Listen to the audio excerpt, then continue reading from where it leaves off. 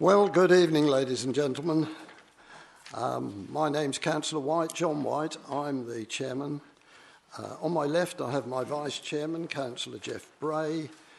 The other councillors who are members of the committee are sitting on the two side tables. These are the ones who will debate and ultimately vote on the application in front of us tonight. On my immediate left and right, I have the TDC officers, including Head of Planning, the Planning Manager and the Council's Senior Solicitor.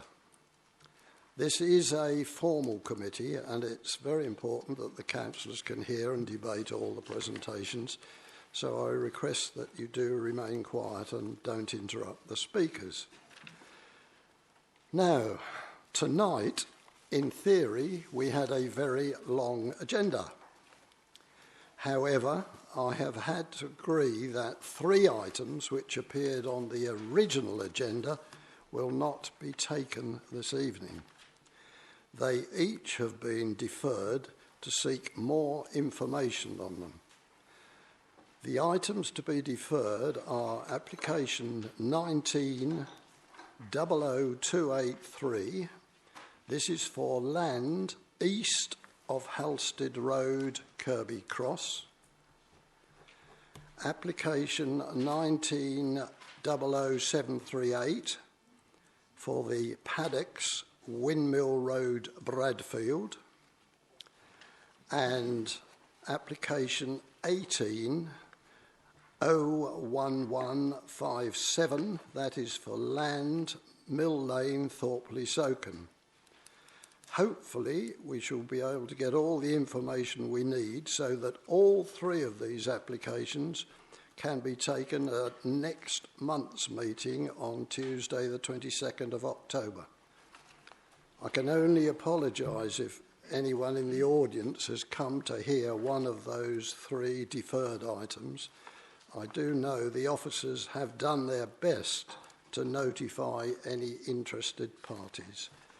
But if anybody is sitting out there had come for one of those, you obviously we'll welcome you to stay, but you might wish to leave if that particular item is the one that you're interested in.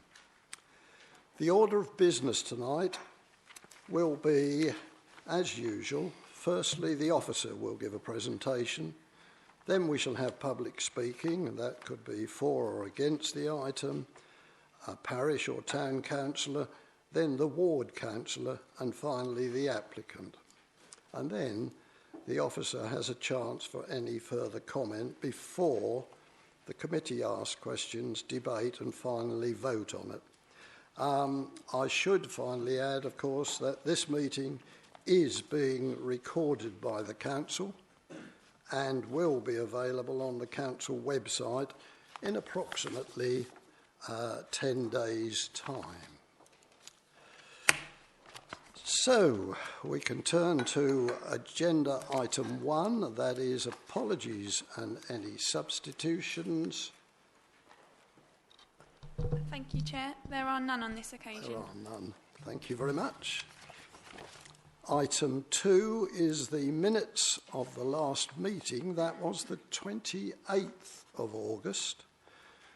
Nobody's notified me of any alterations or omissions, in which case could I have a proposer to sign them as a true and correct record? I do have, and I have a majority of hands, so that I will do. Declarations of interest. Are there any disclosable pecuniary interests or personal interests, and what the nature is? Councillor Alexander. Thank you, Chair. I would like to declare an interest in application 19-01044, full 108 Pier Avenue, Clacton-on-Sea. At this moment in time, I feel I need to retire for the duration of that meeting as I am predetermined on this application. Thank you very much, Councillor. So you'll sit in on the rest of the evening and just leave for that item. But as ward councillor, of course, you can, you're entitled to speak on it. when the slot for the ward councillor comes up. Any further declarations? None. Item 4 is questions to the chairman under Council Procedure 37, and I haven't received any. In which case we go straight to agenda item 5, which is planning application 19000978. This is an outline application and it's for land to the east of New Road, Mistley. And I turn to Mr. Lang for this one. Thank you, Chairman. Good evening, councillors. This application relates to a parcel of land on the eastern side of New Road, Mistley. The application site has outline planning permission for 67 houses. That was granted on appeal back in February 2018. This application seeks to vary condition 4 of that appeal decision to revise the layout. As part of the appeal decision, the layout and access was approved at that stage. So this application seeks to vary the layout and represents a resubmission of a previously refused application by members in April of this year. And I'll come on to the grounds the application was refused on a bit later. So the site forms a rectangular piece of land. It's in the Mistley Conservation Area. It's on the eastern side of New Road, as I stated. To the north of the site and the west is the built form that comprises of Mistley. To the south is agricultural land. Running along the southern boundary of the site is Green Lane, which is a public right-of-way and also allows for vehicular access onto various commercial and residential properties further down the lane. And along the northeastern boundary of the site runs a public right-of-way that links through to New Road. As you can see, New Road is largely comprised of low-density, larger detached properties. And to the north of the site, along the park, is higher-density terrace properties, red brick, traditional-style properties. As you can see from the aerial photo, the land is largely devoid of any features. It's been used historically for paddock and grazing land. It's rough grassland at the moment. As you can see from the red line site, the access to the development that was approved at appeal comes off of New Road, in between numbers 8 and 10 New Road. Along the southern boundary, there's a mature sycamore tree, and there's other trees that run along the field to the south. Along the southern boundary, there's a mature hedgerow, and along the northeastern boundary, there's a hedgerow which is mature in places but also patchy in other places. So photograph from the access onto Green Lane. This is looking north across the site. This is again looking eastwards from within the site, so you can see the mature hedgerow that runs along Green Lane. This is a view looking east again along Green Lane, but this is outside the site, so the development would be on the other side of the hedgerow. This is looking southwest back towards Green Lane, so you can see the rear boundaries of the properties on New Road. The site access will be coming roughly in here. This is a view looking southeast, so you can see that mature sycamore which forms part of the southern boundary. And this is the northeastern boundary. So beyond the hedgerow is the public right-of-way, and beyond that are the mature trees that form a shared boundary of a paddock land beyond the footpath.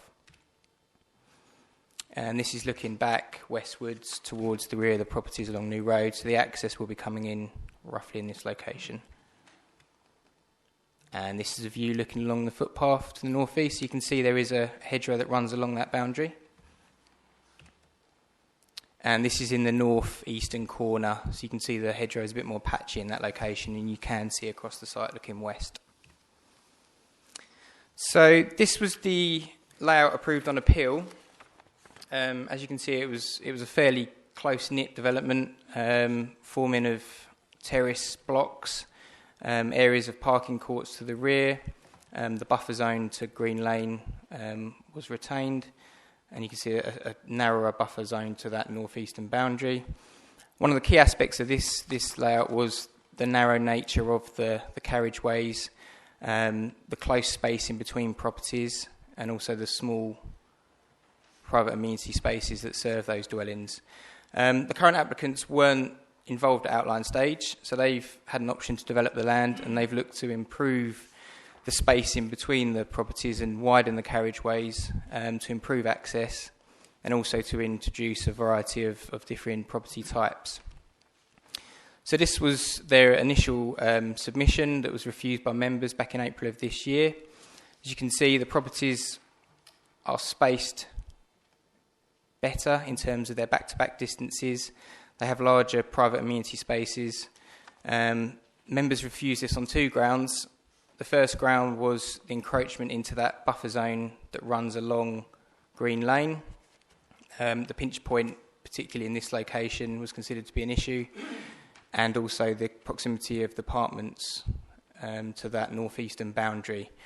So the application was refused given the impact upon users' enjoyment of those footpaths, both footpaths running along the south and the northeastern boundaries, and also the absence of a completed Section 106 agreement that the applicants were willing to enter into, but the application was refused. So this is the revised layout to seek to overcome members' previous objections. As you can see, there's been a rearrangement in the southwestern corner. The setback here is now 15 metres to the dwelling from the footpath, which represents a 5.8 metre increase from the refusal. The properties internally, centrally along Green Lane, have been set back a further 1.2 metres, and their front gardens have been narrowed to try and provide a further buffer planting zone in that location. And the other change is the rearrangement of the apartment blocks in the northeastern corner to set them off of that boundary by 6 metres. So now that represents a 4 metre further set into the site from the previous refusal. So that does two things really. It provides the residents with amenity space for future use, and also reduces their prominence from the footpath to the northeast. This is a comparison plan which shows the approved layout, which is the orange blocks, against the blue blocks, which is now proposed. So if you look in the southwestern corner, you can see the orange blocks were actually closer than what is proposed now. As you move centrally, there's this property here, which formed a closer pinch point. These blue properties here, which are now proposed, are closer to Green Lane, but that's to provide greater space in between the dwellings to avoid privacy issues being raised at a later stage. As we move eastwards, the setback increases to 25 metres from Green Lane, and as you get to this property which sits forward, the setback there is 45 metres south and about 70 metres at a diagonal angle to Green Lane. In the northeastern corner, as you can see, the apartments have been set back broadly in line with what was approved previously. And in some cases, the setback's better than what the approval allows for. This is the proposed landscaping strategy for the scheme. The application at the current stage is only access and layout, but the strategy going forward, this is what they intend to submit at a later stage for reserve matters. A mixture of lime and ash trees to be planted in the southwestern corner, shrubs, additional hedge planting, the strengthening of that mature hedgerow along that southern boundary, and an orchard of fruit trees along the northeastern boundary to provide a buffer zone as viewed from Green Lane. Representations have been received in respect of the sycamore tree that's present on the southern boundary. The tree office had a good look at this and to assess the impact on its health. There is a slight incursion of roughly 3 metres into its root protection zone. The tree officers looked at that and felt that sycamores are quite tolerant to root protection zone incursions, and given that it's a minor incursion, any impact upon its health would be minimal. In terms of its crown to provide passage of vehicles running along this access, he said that could actually have a beneficial impact on the tree, removing those branches to avoid lateral branch failure in the future. So that's considered to be a beneficial impact. So the tree officers looked at this landscaping scheme, and he's looked at the impact on the trees and has no concerns in respect of the impact on the landscape and the impact upon the mature trees to be retained. Parking layout, proposes 2 spaces at a minimum per dwelling. As you saw previously, most of the parking previously proposed on appeal was parking courts set behind properties. This proposes now on-site parking, which is considered to represent an improvement. And you can also see in orange there's 19 visitors parking spaces proposed, which is actually slightly above the Essex County Council standards. So this is the approved access point from New Road. This was approved at outline stage or appeal stage, and Essex County Council Highways have got no objections again going forward. Concern again has been raised in respect to the inclusion of apartments. This didn't form part of the members' reasons for refusal previously, but this shows that the apartments are going to be 2-storey in scale.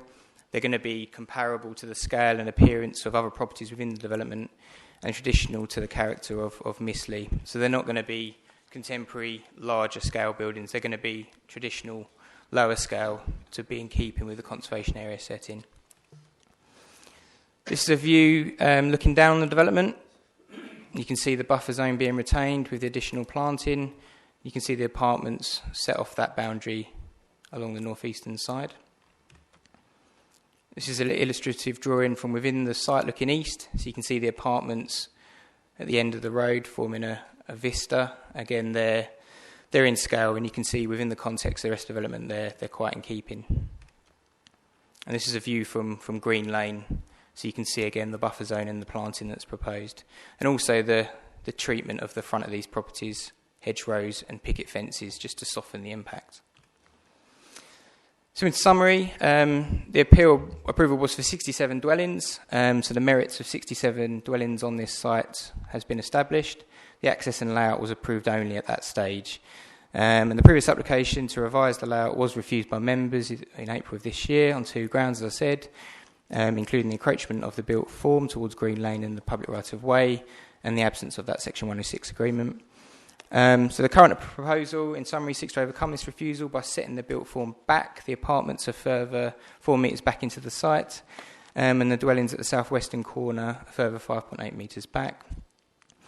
So incorporating the additional setback, along with the increase in landscaping along the southern boundary, in combination with the improvements included internally within the development, i.e. the bigger private amenity spaces, the better back-to-back space in between properties, and in the absence of any objections from any consultees, the application is recommended for approval in accordance with the conditions set out at 8.2 in the report, and the Section 106 agreement, which has been, I believe, completed and is awaiting signature, and that secures 20 affordable houses, an education contribution of just over $500,000 and a RAMS payment. Okay, application is recommended for approval. Thank you. Thank you very much. Now the public speaking. Boss, I should have drawn your attention before we started, incidentally, that you've had a green page on this tonight. So that should be, you should take that into consideration. Right, public speaking. Members of the public speaking against the application, Mr. Will Vote, who's acting on behalf of the local residents. Mr. Vote.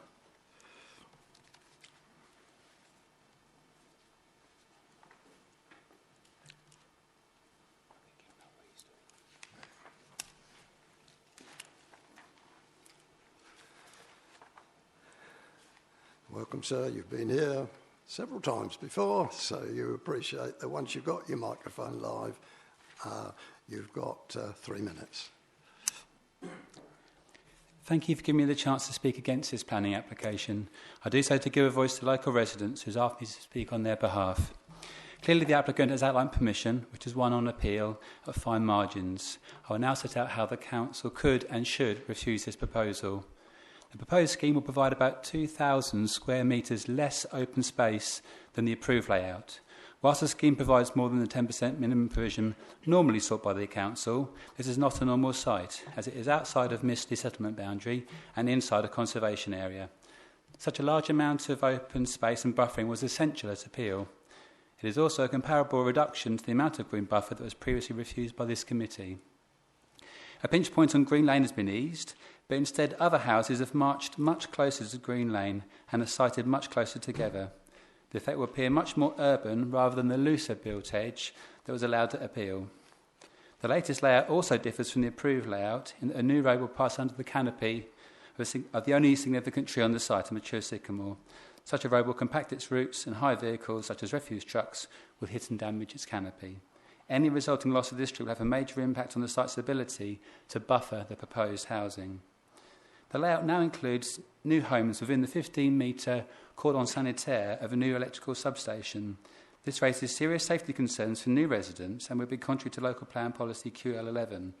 Despite writing to the planning department on this matter, it has not been included under the list of main bullet points at section 5.3 of the committee report and has not been included in the body of the report either. The Health and Safety Executive has not been consulted. I worry that the officer has not properly considered this legitimate concern and the committee not being presented with all the relevant facts. There are a number of examples of bad design as follows. New houses were now back onto Green Lane and the park. This will be ugly and out of character with the conservation area. About a third of the gardens are too small. Also, several properties will fall a long way short of the 25-metre back-to-back and 15-metre back-to-side minimum separation distances set out in the Essex Design Guide. These aspects, which are far worse than the approved layout and are therefore legitimate concerns that should form the basis for a refusal. These characteristics are not surprising given that detailed design has been substituted for large detached houses where once there were smaller terrace homes. This clearly shows the applicant is watering down the design. Indeed, to continue the analogy, trying to pour a quart into a pint pot. It is well within your remit to refuse this scheme.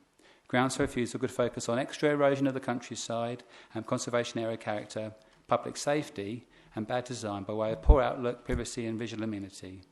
There's only one chance to get this right, as once it is built, that chance is gone forever. Thank you very much. And now the ward councillor, Councillor Coley.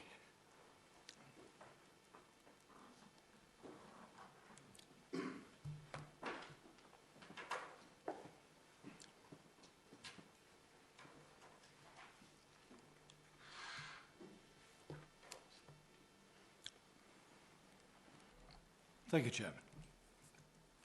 Committee members, I ask you to reject this application.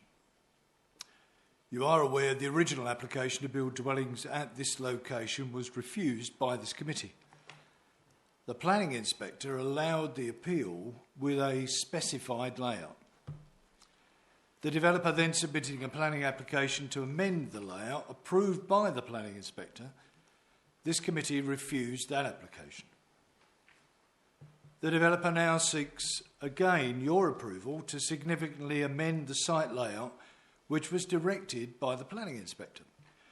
This application is described as land east of New Road, but effectively the development will only be accessed from New Road through the curtilage of an existing property. The visual and amenity impact will fall on Green Lane and the park. I will acknowledge that in some very small areas this layout is minimally improved from the previous iteration. However, the significant encroachment into the open space continues unabated. Mr. Vogt has detailed the percentage loss of open space proposed by this developer from the planning inspector's approved layout. This loss is considerable. Mr. Vogt also spoke of the conditions and technicalities of the Essex Design Guide, which this application seems to significantly disregard. If allowed, this application will contribute significantly to the urbanisation of Green Lane and the park. These areas are firmly in the Mistley conservation area. The application, if approved, will also inevitably put at risk the only mature tree on the site, which the planning inspector's layout did not. This conservation area is particularly sensitive in this rural environment and robustly protected by the established community. The planning inspector approved layout indicates predominantly small terraced housing well contained within the site itself. This latest application seeks to incorporate larger detached housing and blocks of flats. The housing mix proposed will not complement the established housing in the neighbouring area. One type of affordable housing definitely not required in Mistley is more flats. A disproportionate percentage of existing homes in the parish are flats. We really don't need any more. However, the affordable homes in this scheme are blocks of flats relegated to the corner of the site. The provision of detached dwellings in this scheme can only be provided at the expense of open space. The inadequate distance between dwellings and inadequate vehicle parking spaces within the curtilage of some of the new homes. The TDC Planning Officer's conclusion, paragraph 7 of the report, states that this scheme, and I quote, allowing for better spacing between properties and larger private gardens. That statement seems to be substantially incorrect. There are many examples in this scheme where the spacing between homes and the sizes of domestic gardens would now be below those in the Essex Design Guide. In response to the previous application, the Tendring District Council Tree and Landscape Officer concluded that, and I quote, regardless of the changes to the internal layout of the development, the reduction in the width of the open space on the southern boundary is unacceptable. Well, this latest iteration seeks to significantly reduce the open space from the layout directed by the planning inspector. It is surprising, therefore, that the Council Tree and Landscape Officer seems to be strangely silent on this occasion, considering little seems to have changed since his previous conclusions. In summary, this latest attempt to amend the planning inspector's layout would appear to be an effort to build larger and detached housing in order to maximise the profit in the site. I can reach no other conclusion.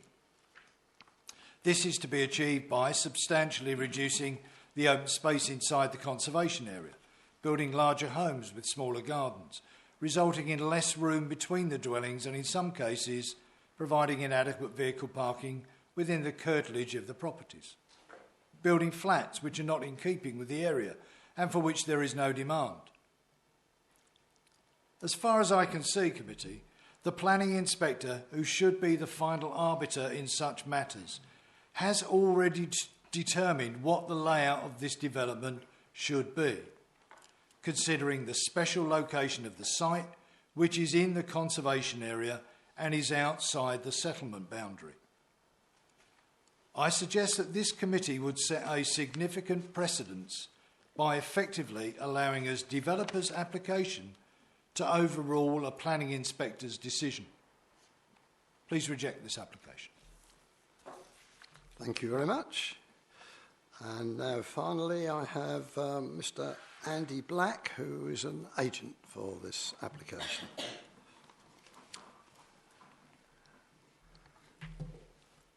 Welcome, sir. You have 3 minutes to address us. Thank you. Thank you, Chair. Good evening, members. You will be aware, as you've heard, that the previous Section 73 application was considered by the previous committee in April when it was subsequently refused. Since then, the design team has worked extensively with Carla Holmes to address the concerns raised at that meeting and in the subsequent reasons for refusal.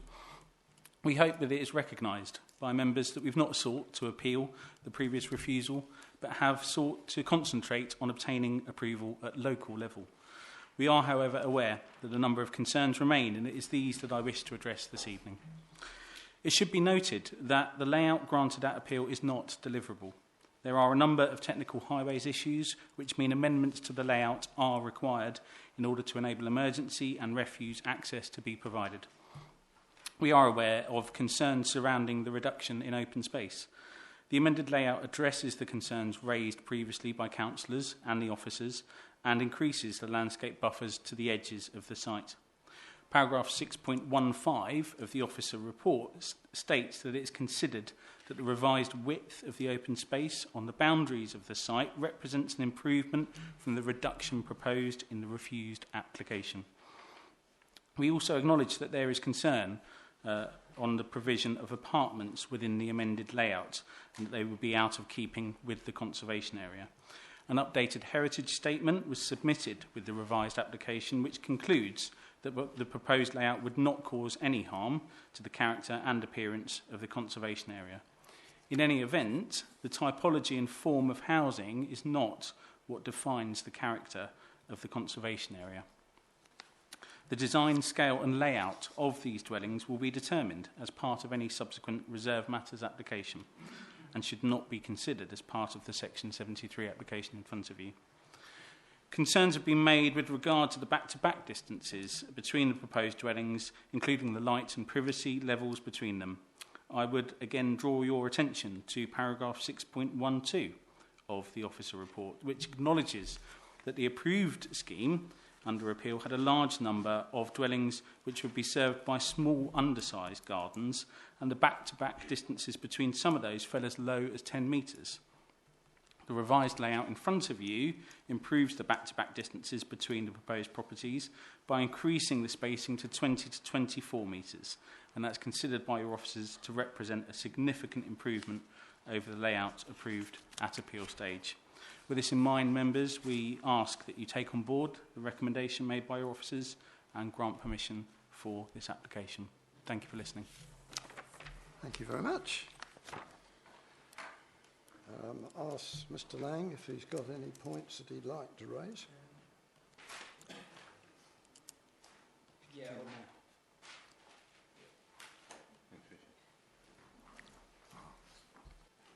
Thanks, Richard. Yeah, I'll just come back on the back-to-back distances and the private amenity spaces. So this obviously is the approved layout. The distance here between, in particular, is 11 metres. And here the back-to-back distance is as low as 6 metres. And again here it's 20 metres. So that's significantly below the required back-to-back distances. In terms of private amenity space, a number of these properties are below even 40 square metres, which is again below the standards for a one-bedroom property. In terms of the layout now proposed, this seeks to increase the back-to-back distances to, on average, 23 metres, which is only a slight shortfall over the guidance, which says 25. And the private amenity spaces that are proposed fall within 80-90% of the required standards. And previously it was obviously a significant shortfall. So this scheme is considered to represent an improvement on those spacings and standards. Thank you. Right.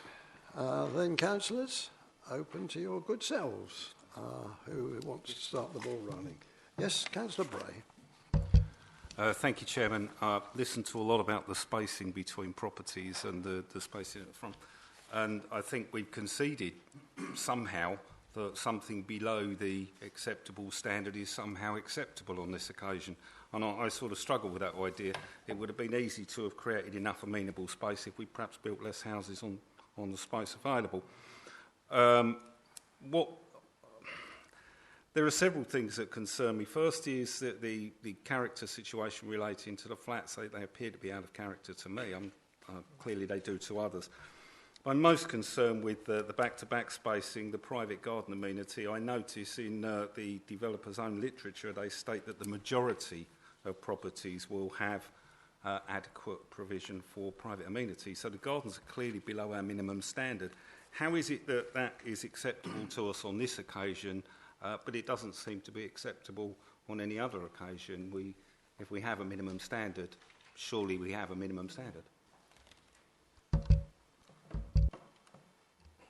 Well, you have to assess it against the backdrop of what's been approved. And there was more significantly below standard in the approved layout than what is approved now, proposed now. So it's acknowledged that just under half are slightly below the standards, but before, what they could be built, it was way over half, was significantly below.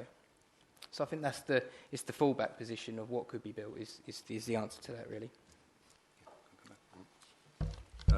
Thanks for that, Matt. But to clarify, if we go ahead and we allow this, we are allowing something that's below our minimum standard, which will then be cited by every developer in the world as our new minimum standard, will it not? Or is there some way we can avoid that being the case? Well, again, it would be against what was approved previously, so that would be our argument. For any new builds any new development, we would apply rigorously those standards. In this case, we have to assess it against what was approved by the inspector, and we feel that, as officers, the spacing and the standards here are an improvement over what could be built. So that it wouldn't set a precedent, because obviously there is that backdrop against what could be built. Okay, thank you. Right. Yes, Councillor. Thank you. Well, I tend to agree with Councillor Bray and his concerns with the spacing and the amenity size of the plots. Now, I'm not sure. Did you say, Matthew, that 50% of the gardens are below standard, or I thought I picked you up earlier. You said 20%. Is it 20% or 50%?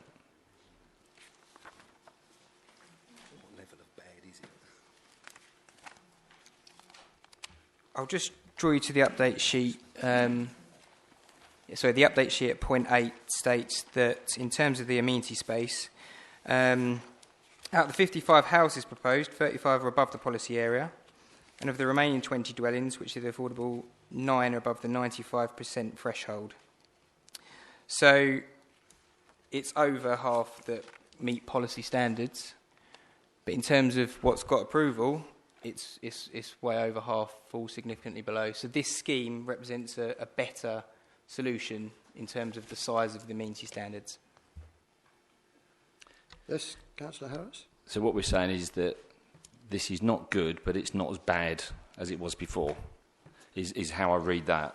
And picking up on some of the comments from the speakers, Mr. Vogt there, which, you know, he said that a third of the gardens are too small, and he said, the phrase of, a quart into a pint pot, and I think that for me is exactly what this represents. One of the things that concerns me as well is something that Andy Black said, which I think I'm right in saying. He said that the planning decision that was made by the planning inspector is not deliverable. So the decision that the planning inspector made is not deliverable based on their plans that they submitted to appeal, which I find rather strange. I think it was something to do with the road layout and the refuse trucks, etc. So I just find that quite, bizarre is the word. One of the words I'm looking for. I think I'll park that and I'll reserve the right to come back again in a second, please. Thank you. Yes, who next? Councillor Alexander? Thank you, Chair. I was interested in the fact that discussed by, I think, the first speaker was a loss of some 2,000 square metres of open space. Would you agree that that's an accurate figure? The open space has been eroded. There is an encroachment. Officers acknowledge that. It still meets the 10% standards in respect of 10% of the site needs to be provided as open space. That encroachment has taken place to improve the spacing and the amenity standards. And that is considered in officers' view to be an acceptable balance to make the development acceptable in this case. Okay. May I ask, for the benefit of especially not myself, but maybe people sitting in the general public, the amenity space, which we say has somewhat been eroded and under standard, could you give us some idea of what is an acceptable amount of amenity space and how many properties are under it and by which amount, please? The current amenity space standards are 100 square metres for 3-bed and above, 75 square metres for 2-bed and above, and 50 square metres for 1-bed and above. So, I'll just draw your attention again to point 8, which states that out of the 55 houses, 35 are above the policy area. The remaining dwellings, 9 are above the 95% threshold, and 7 are between the 90 and 95% threshold, and only 4 are below the 90% threshold. So they don't comply with the standards, as I just stated, but they are only slightly below when compared against what the layout that could be built, it's significantly better. Yes, Councillor Harris? Councillor Coley, in his comments, said that the affordable housing was largely the flats, the blocks of flats that were there, and they were based in the corner of the site. Could you just confirm that's true, please? The affordable housing and its location is yet to be agreed.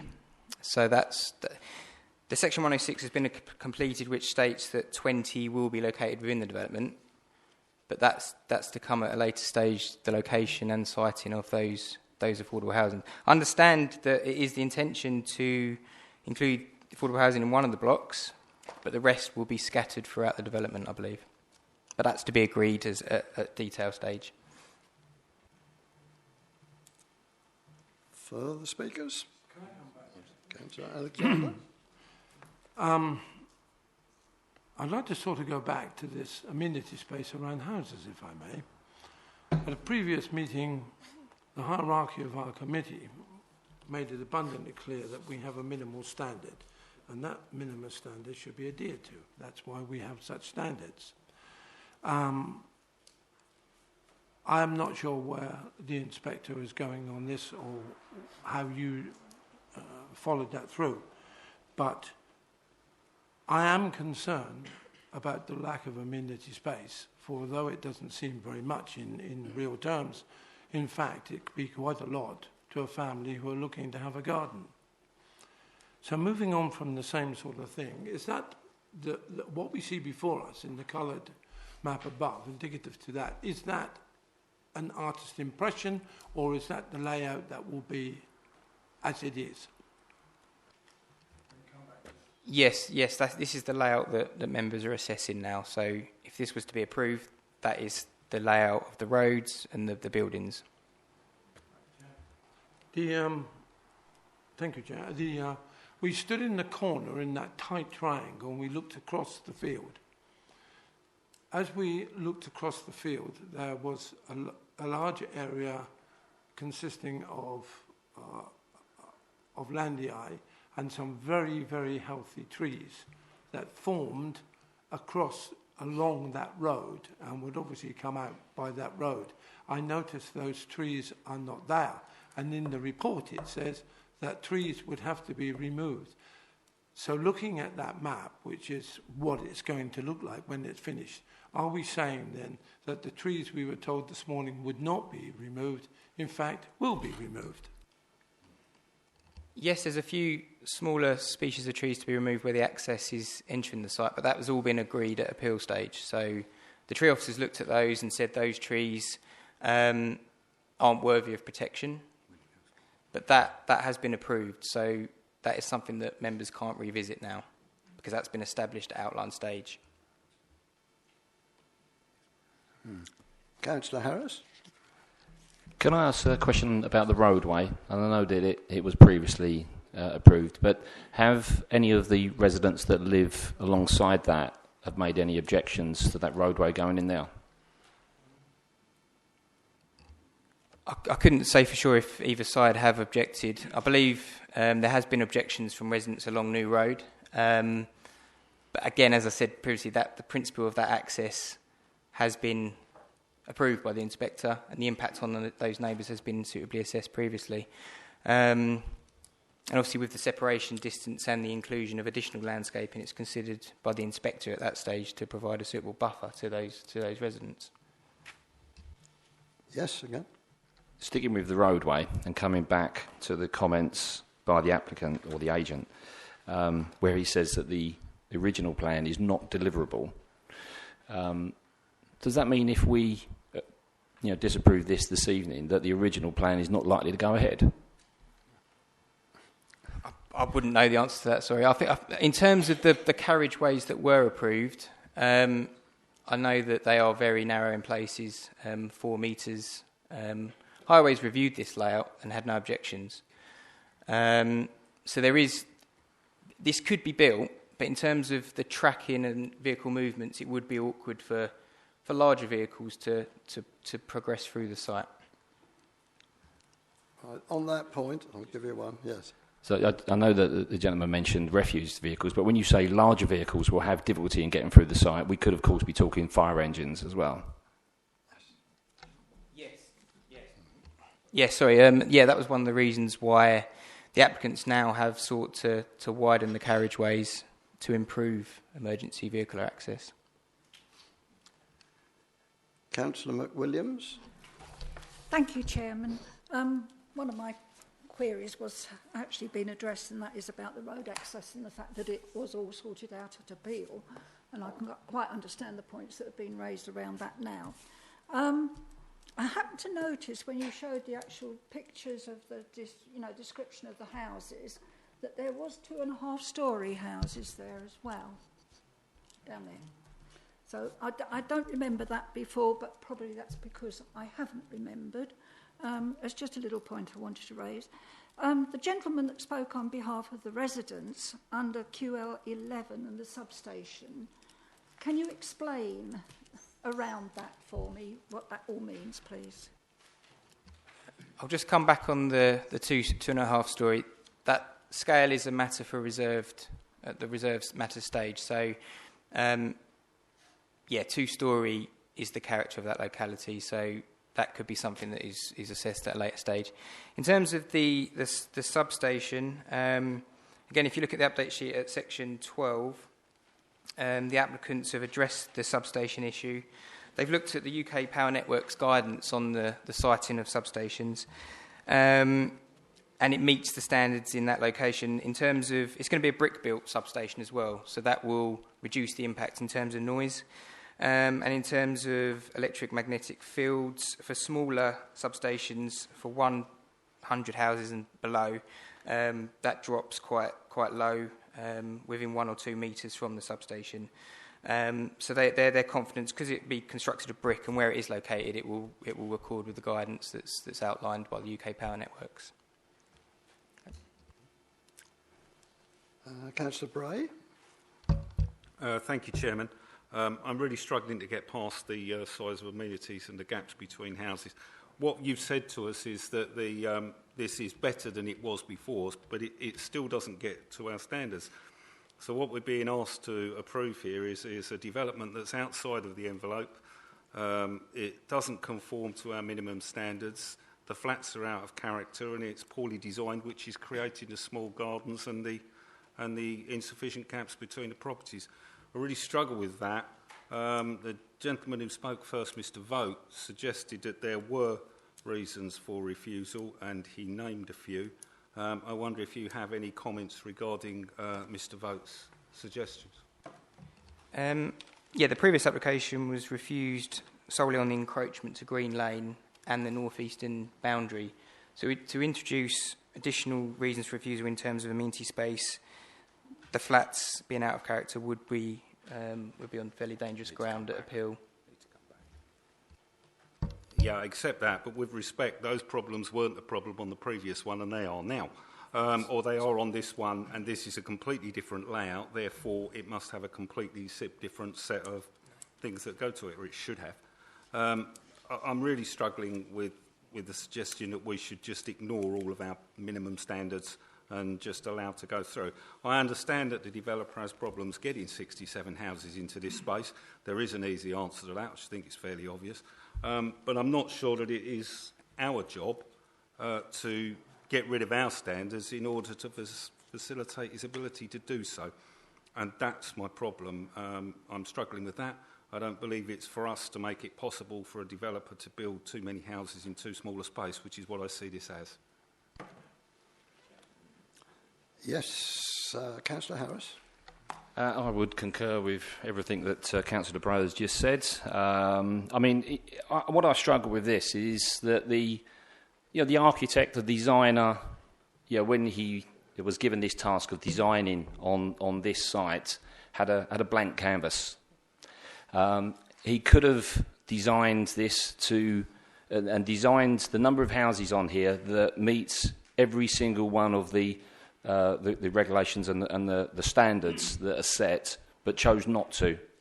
That's not my problem, and it's not the problem of the residents that are looking at this plan as well.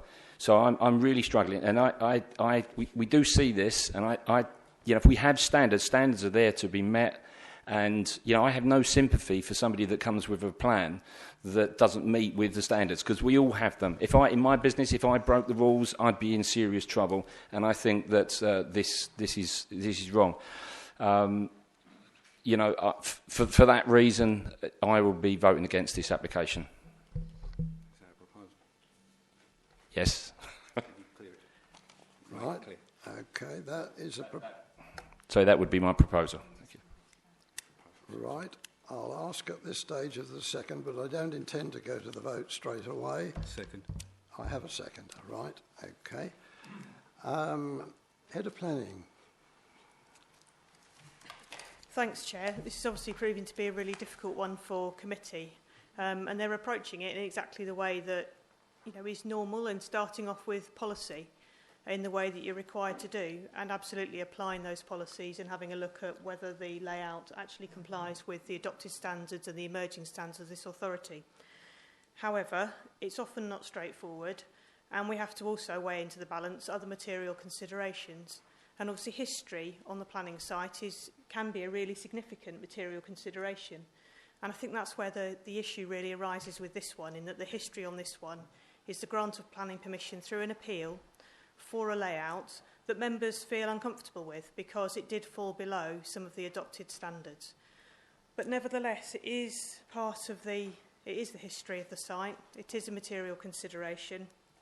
And it's both a kind of theoretical issue that you do need to think about the history as a material consideration, and in this case it's also a practical issue, that although Matthew referred to the roads being too narrow and the developer saying they couldn't implement it, actually they do have planning permission for that layout, and it may be possible for them to build a layout that has those narrower roads that are difficult for refuse and emergency vehicles to access. So that's a sort of fallback position, that previous permission may be implemented. It has planning permission. And actually, I think the way Matthew was describing it was that it's in his view, in the officer's view, what's achieved now doesn't comply with all of the authority's policies, but it is an improvement on that fallback position in a number of respects. Right. Councillor Alexander. Well, I have tried throughout this application to try and find out some information, and yet I keep getting the inspector thrown back at us. How far removed from the original inspector's ruling and planning permission being granted to go ahead with this as where we stand now? It appears to me it's quite a distance away. And we're looking at something that is an entirely different thing and almost a new application in a different form. And that's the way I see it. The way I'm looking at this is that the space around the houses is going to be cramped. You heard from the councillor himself, Councillor Coley, that flats weren't needed. That's the one thing of all the things that's needed there. That's the one thing that isn't needed. And yet no attention has been paid to that. We're looking at the roads. They have been extended from the original application to allow larger vehicles to use it. Surely, if you build something or produce a plan, you would take that, and that would be in the original plan, the sides of the roads, and knowing that a dust cart will require X number of space to get round, or a fire engine. So now I see we're at a dichotomy here, that we have to decide whether or not this application is sound as it's now, or we should just reject it, because again it falls foul of our own minimum standards. It's outside our own edge, and I cannot see how we can justify anything that the inspector has said to justify going ahead and approving this application, as it's so far removed from what he originally agreed, or she, of course. All right. Councillor Bray. Thank you, Chairman. To follow on from what Councillor Alexandra said, I absolutely agree with every word of that. We may have a fallback position that was decided by the inspector, and Lord knows that's bad enough. but I find it extremely distasteful that this committee should be asked to make a decision that falls short of its own minimum standards. And I'm absolutely not prepared to do that. I have no control over what an inspector decides, but I have control over what I decide. So I stand by my second.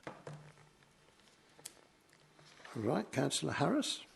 I just want to come back to the point that Kath made, and the fallback position is the previous planning approval by the planning inspector.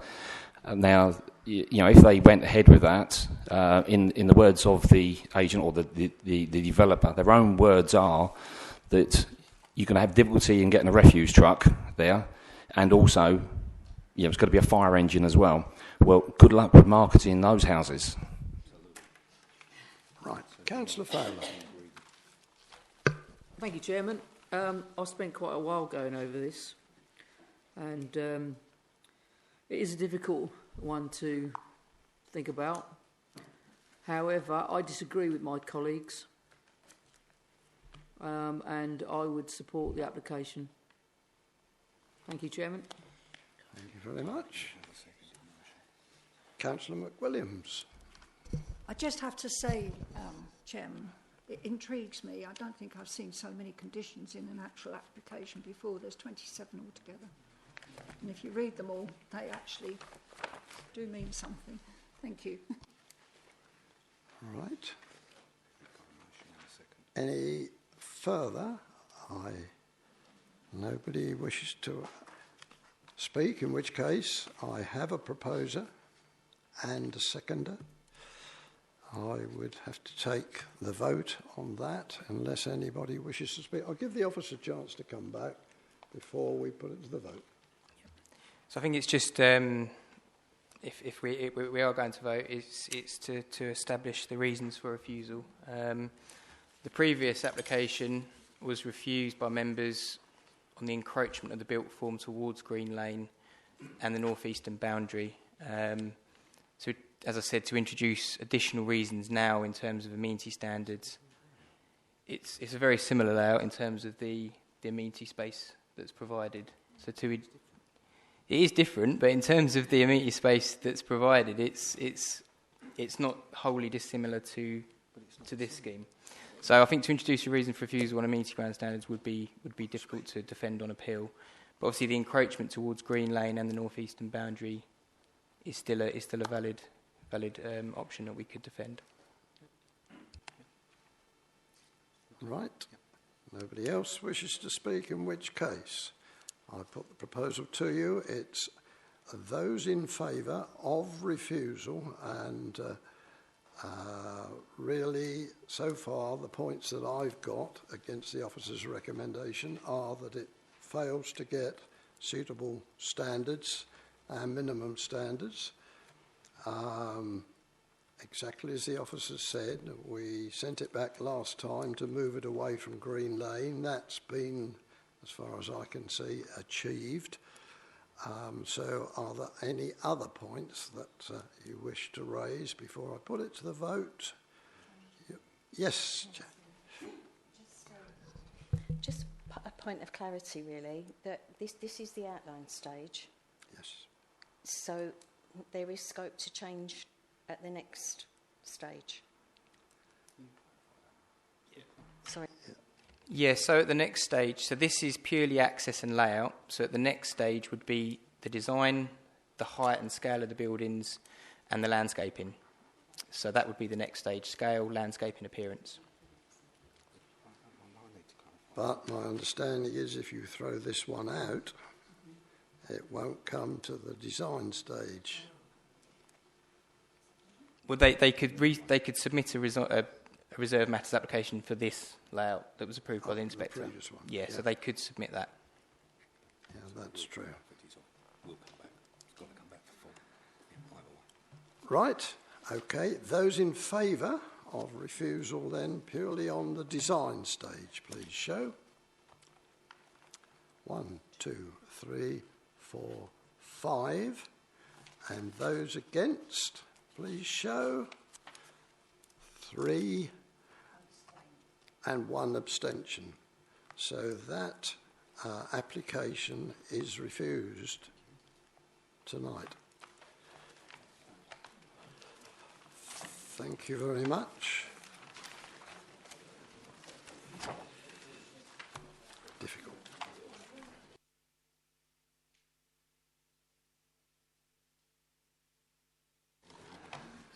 Colleagues, I hate to do this after we've messed the agenda about so much tonight, but I would like to bring item A5 forward, if you were in agreement with me, so that we could hear the Mulberry, Harwich Road, Beaumont, before we go back to Mistley. Is that acceptable with committee? Right, in that case we will do it. So the next item will be agenda item 9 on page 93. That's caused the officers a bit of headache because they've got to move around. It's sorted, we're okay. And then we could take Mulberry, Harwich Road, Beaumont first. Makes good sense. Mr. Faulkner got that one? Oh, well, is it yours? Yes, that's the one. Thankfully, it is one of mine, Chairman, so That's the one. caught me off the hop there, but I will deal with this one first. Right. Chairman and members, good evening. This application before you tonight follows on from a prior approval for conversion of 3 poultry units within the site of Mulberry. And what that actually allowed was the conversion of those 3 buildings into 1 3-bedroom dwellings. If we go on to the plans. So that's the site before you. Mulberry itself sits there in terms of site. Obviously a number of outbuildings historically. They have been used for poultry farming. Again, that shows existing building as Mulberry in that location there. As said, various outbuildings on the site, showing it in its relatively isolated setting in terms of the site. So this is the plan that was actually put before us in terms of the prior approval. So the darker shading on that particular plan shows the 3 buildings that were subject to the prior approval notice for conversion from the poultry buildings, poultry sheds, into 1-bedroom bungalows. And that was approved last year. The application now before us, well, these are just various versions of the existing poultry building. Just going back, a stage. So as I said, it was 3 buildings to be converted into 1-bedroom dwellings.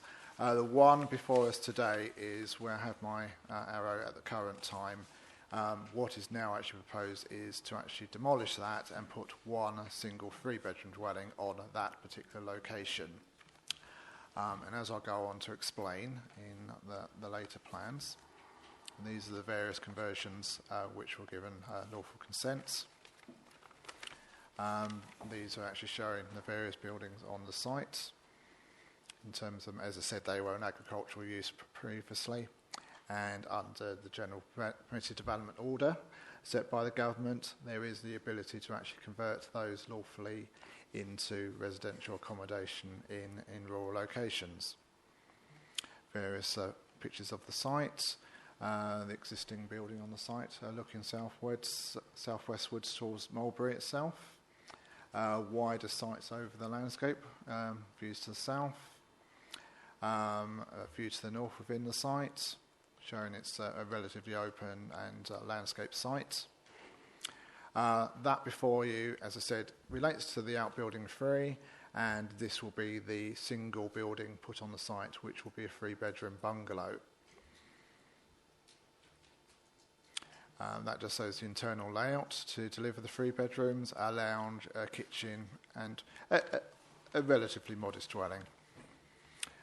This plan before you just explains in a little bit more detail that the hatching on this particular plan shows the buildings that will be demolished as part of this. So as I said, the original prior approval notice granted consent for 3 buildings on the site to be converted into 1-bedroom dwellings.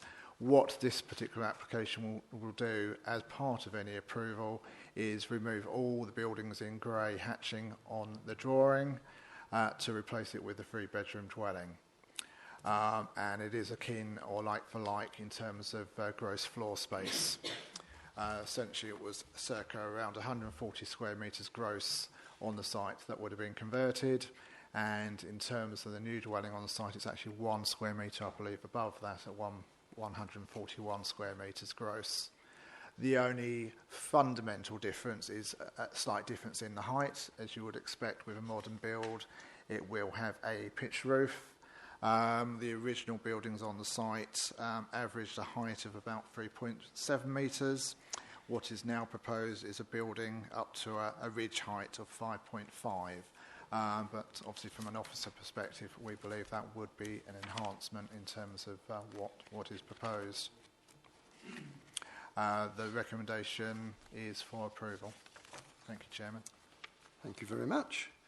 Now we have a member of the public speaking against the application, Ms.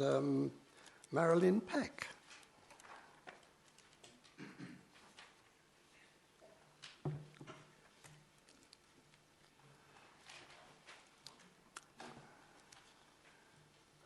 Welcome.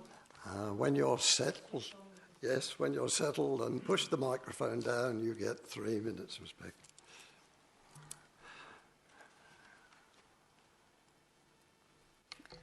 Thank you. First comment is that the 2 plans that you've been showing up there are different, and our understanding is that the one that shows at the moment is the site that we're talking about, not the one that has a square out of the top corner. But this application is fully dependent on the totally false claim in 2.1 of the planning statement that the relevant buildings were used only for poultry rearing, agriculture and item storage. I categorically state that this was not the case. They were entirely used by Mr. and Mrs. Woods for domestic purposes only for over 40 years. We were very close friends with them and their daughter for over 20 years, and we know firsthand that they merely raised chickens, ducks, rabbits, geese, alongside their large vegetable plot, fruit trees and cages and greenhouse. 2 of the buildings were car garages, also housing ride-on and manual mowers, rotavators, garden and allotment equipment, several large freezers and fruit and vegetable storage racks.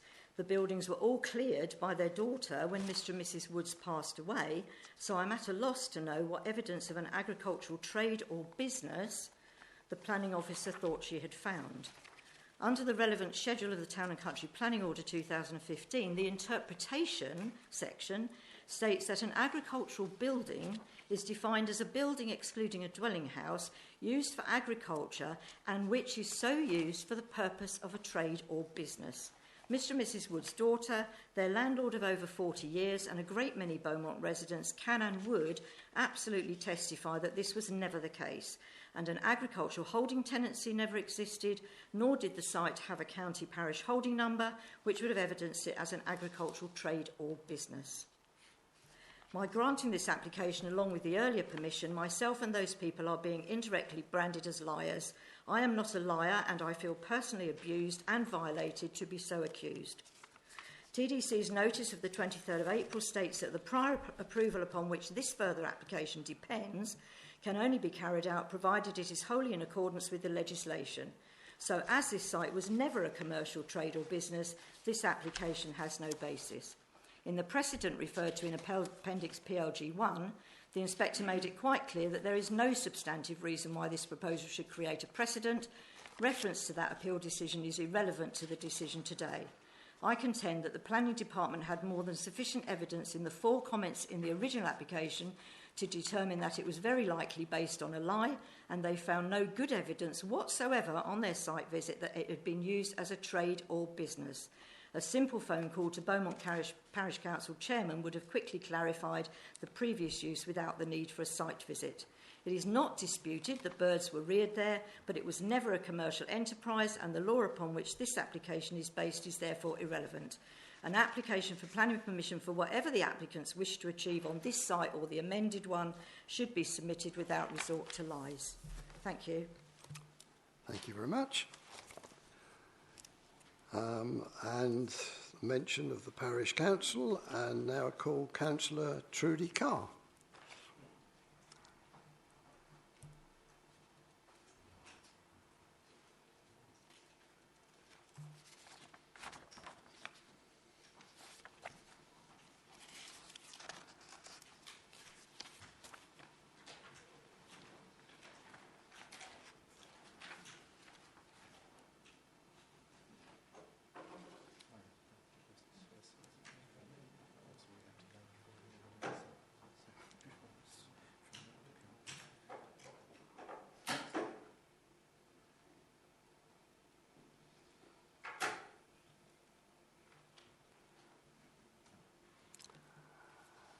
Welcome, Councillor Carr.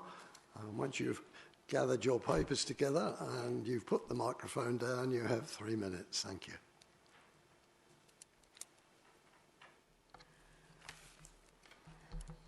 Well, what a rumpus this is all created in a small little village. I wouldn't have believed it. My name's Trudy Carr, and I've lived in this village of Beaumont for 44 years. Parish Council for quite a few years in the capacity of Highways Transport Representative. I'm also the local history recorder for the village of Beaumont.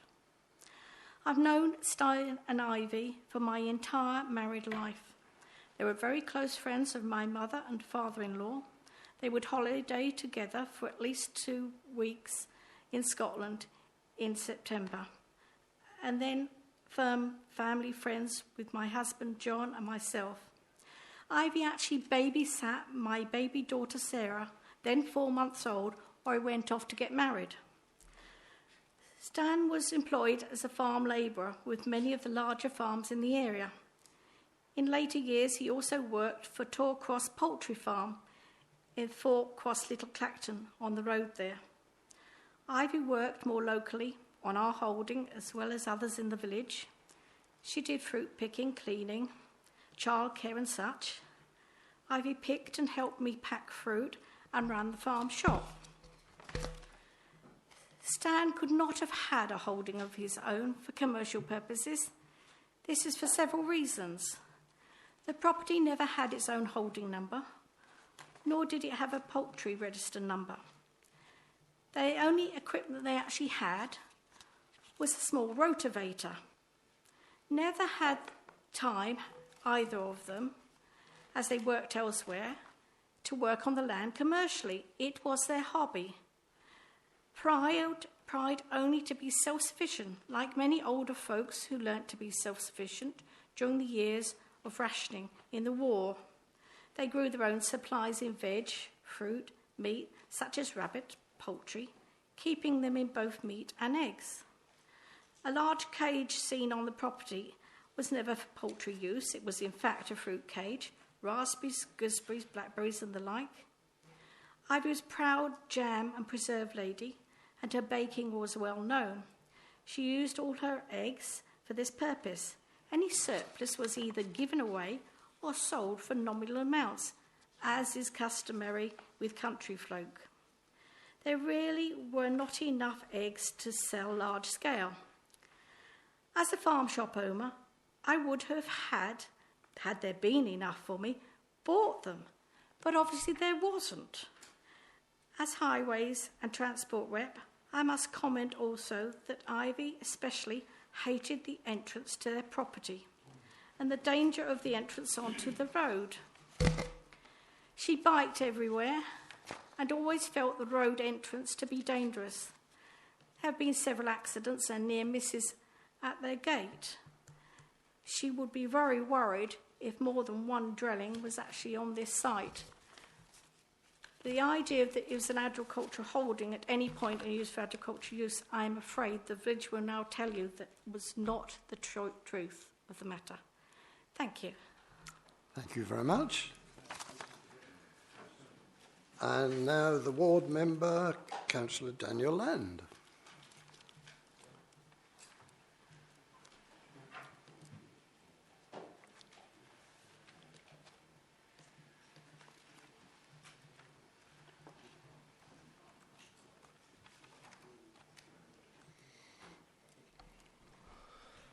Good evening, committee. I can't state to you enough the passion that exists within the community of Beaumont, Cummoe is a very small village, which I'm very, very proud to represent. And all that really is fought for in that community is a continuation of the traditional countryside life and for people to be very sympathetic to the rural community that exists there. I do hope in some way, shape or form that whoever may speak in favour of this application may shed some light towards those points. I think here we can toss around the material planning considerations all day long, of which you have been brought to your attention some of the more local concerns around this site. We are faced with the fact that this has got some form of permitted development approved on this site, and I totally appreciate that. I think the points made to me within the community have focused around the application sites and the maps pertaining to them, and whether or not we're actually judging the right map or whether there appears to be two maps that we are making reference to on these two separate applications. There is a concern within the motives of this site within the community, and I had to make a reference to that and make note of it. We had an application come in to turn what we are told are agricultural buildings into 3 small masonette-type units. That was given approval through the Town and Country Planning Act. We then see that we have a different application come before us. On this occasion, a bungalow. The community are concerned about the motives of how we have arrived where we have arrived. They would not like to see this one bungalow turn into 2 bungalows, turn into 3 bungalows. And I stress the point that when making your conclusions on this application, if there is anything in terms of conditions that can be put in place to protect the site, then I'd please advise you to look at that with caution. Other matters that have been brought to attention tonight that you've already heard are the road. The road does sort of meander through that very rural part of Beaumont through to Oakley. It is quite a narrow road, and you've heard that there has been some issues there in the past, but we hear from our colleagues at the County Council that they are mindful to approve the application. So I would like to see some work done, if this goes through, to remedy and to make better that entry point onto the main highway. The people of Beaumont just want to be supported. They just want to see other people that might end up in their village to integrate and to become part of community life. And all that community life, as I've stressed, is one I've never quite seen before and is absolutely, truly amazing.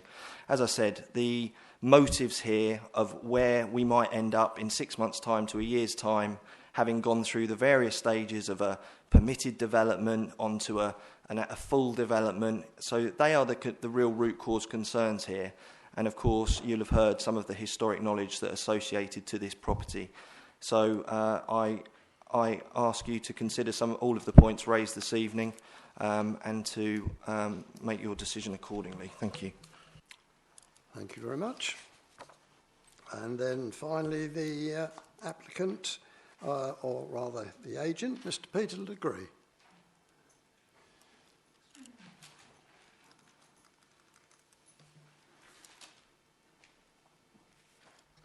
Chairman, members, thank you for this evening. Members will be very familiar with my level of experience, that I've worked in the agricultural rural sector for 40 years, and I have to say, from what I've heard this evening, it does not correspond with what I've seen on the site, nor what your officer saw on the site at the time. The buildings were not cleared, they were full of equipment, and in fact some members visited and looked inside one of the buildings this morning. So they were seeing the scale, the size and nature of the poultry units. Whether or not they were for commercial purposes, whether or not they actually made a profit is not the issue. It's the extent and scale of the business, of the operation at the time. Point out that when the application came before the Parish Council earlier this year, no objections were raised, no issues were raised about the past use of the site. And in fact, in this application, no observations have been made by the Parish Council for this application. So despite the comments about the local community and the views, etc., of the parish, they've not raised any concerns or any issues about the past activity. Regardless of that, there is a valid permission for 3 units on this site, 3 one-bedroom units. Your consideration is whether 3 one-bedroom units at about 140 square metres in total floor area equates to the replacement with 1 3-bedroom unit of the same. In fact, the extent of buildings to be demolished are actually far greater than 140, has been discussed with your officers. There's additional area, additional buildings which are also agreed to be removed.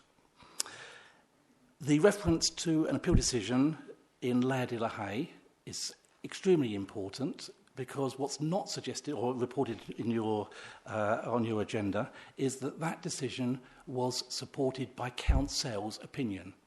Barrister from Chambers in London, specialist planning barrister, actually made representations on that application, and that was submitted to the inspector, and the inspector accepted that there was a fallback position. That was for 3 3-bedroom units, which were allowed to be replaced with 3 3-bedroom units of identical size, identical floor area. That, in fact, is what we're proposing here, with one exception. We're going from 3 units to 1 unit. The number of vehicular movements from 3 units will be far greater than 1 unit. In this instance, the application is solely for 1 unit for the applicant's daughter. There's no intention whatsoever for any further dwellings on the site. If I go back to the Council's opinion and the Inspector's opinion for Laird de la Haye case, the argument was whether the impact of the development was any greater than what had already been approved. There's no point in suggesting there'd be further development on the site, because clearly, if the buildings are to be demolished, you can't then argue there's any greater impact for any second or third dwelling or the like. So it's simply a question of either 3 one-bedroom properties or 1 3-bedroom property. That's your choice. Thank you. Thank you very much. Whether the officer wants to add anything at this stage? Thank you, Chairman. Clearly, this is a very difficult one for officers in the sense, clearly, we have to, when we actually determine the previous application for the prior notification in terms of the conversion of the buildings, we have to obviously take as evidence, as with every planning application, the evidence put before us in terms of the application detail. Yes, we hear the comments of residents on this as well, and we have to weigh that in the balance and come into a fair and valid judgment on that particular scheme. And officers in this particular case did take into consideration that we did believe there was a verified poultry use of these buildings, which would be deemed to be agricultural and would justify under the general permitted development order that they can be converted to residential use. And that's what was actually approved last year. So in terms of moving forward to the application before us today, clearly we've weighed what could actually be done in terms of conversion with what could actually be built as one single building. Council Land is correct in terms of concerns about obviously we get the one building on the site and what actually happens with the rest of the site. But condition 9 of the recommendation is quite clear that the 3 existing buildings that could be converted for residential will have to be demolished. And as the agent Peter Legree has said, in addition to that, on this plan before you, there is a couple of other small buildings that will actually be removed as well as part of that. So it actually goes over and above what the replacement building will actually deliver on the site. And in terms of highways, clearly the highway department have looked at that in terms of the single dwelling on the site and has actually agreed, has actually accepted and not raised objection to that. Thank you, Chairman. Thank you very much. Councillor McWilliams.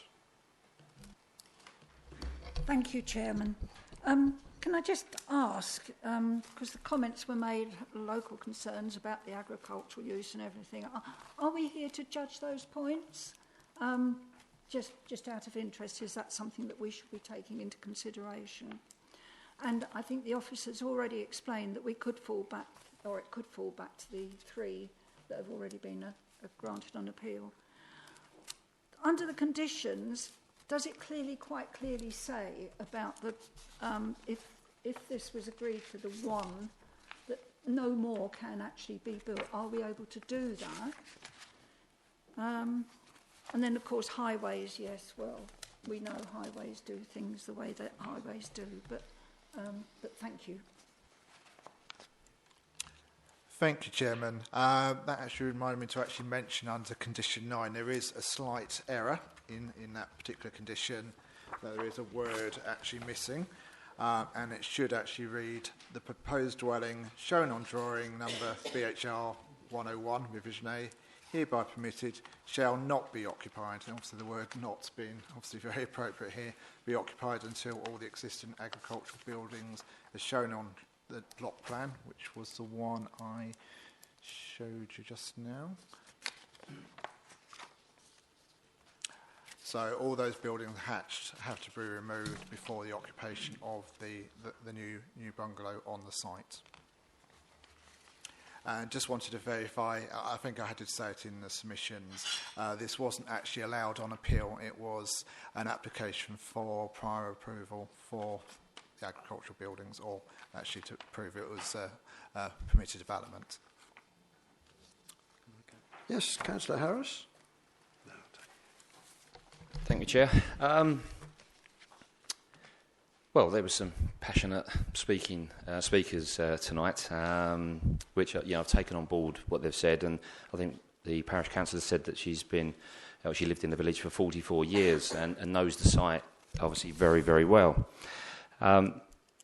What I need to understand from the officer, please, is how crucial the fact that the site is or it hasn't been used as a commercial use for the agriculture and the chickens, etc. I mean, on the visit today, what I saw with my eyes was a commercial type chicken house that was there. It was very large, and it would probably keep hundreds of things in there, I should think. So, it looked like a chicken house what I saw today, and you know, how crucial is it that it has been used to the point it has been used as a commercial use, or whether or not that it has been used for personal use? Is there a difference there? And if it can't be proved that it hasn't been used for commercial use, does that have an effect on this application? Thank you. Thank you, Chairman. Well, I think that the test here really is whether it was actually being used for agricultural purposes, as Councillor said earlier, and the agent.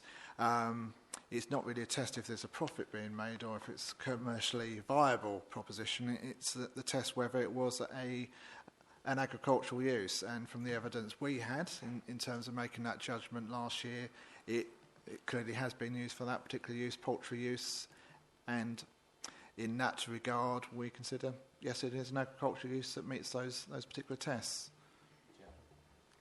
Yeah. Yes, Councillor Harris again.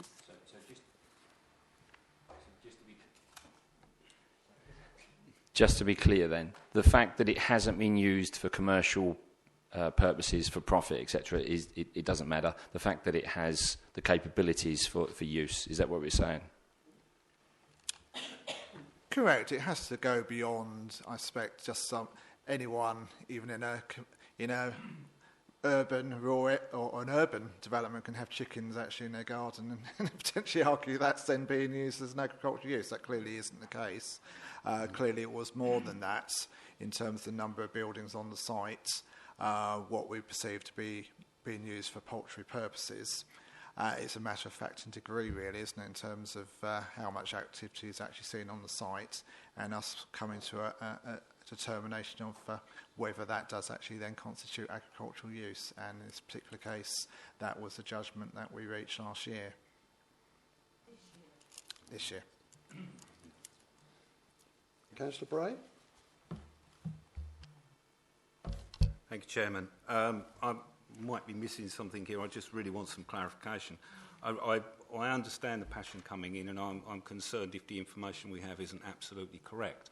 And I would like to be certain that it is. You've given me some assurance of that, and I sort of take that on board as far as we can. I'm not sure how possible it is for us to know as committee members what said sheds were used for and when they were used for. It's really, really difficult for us to know that.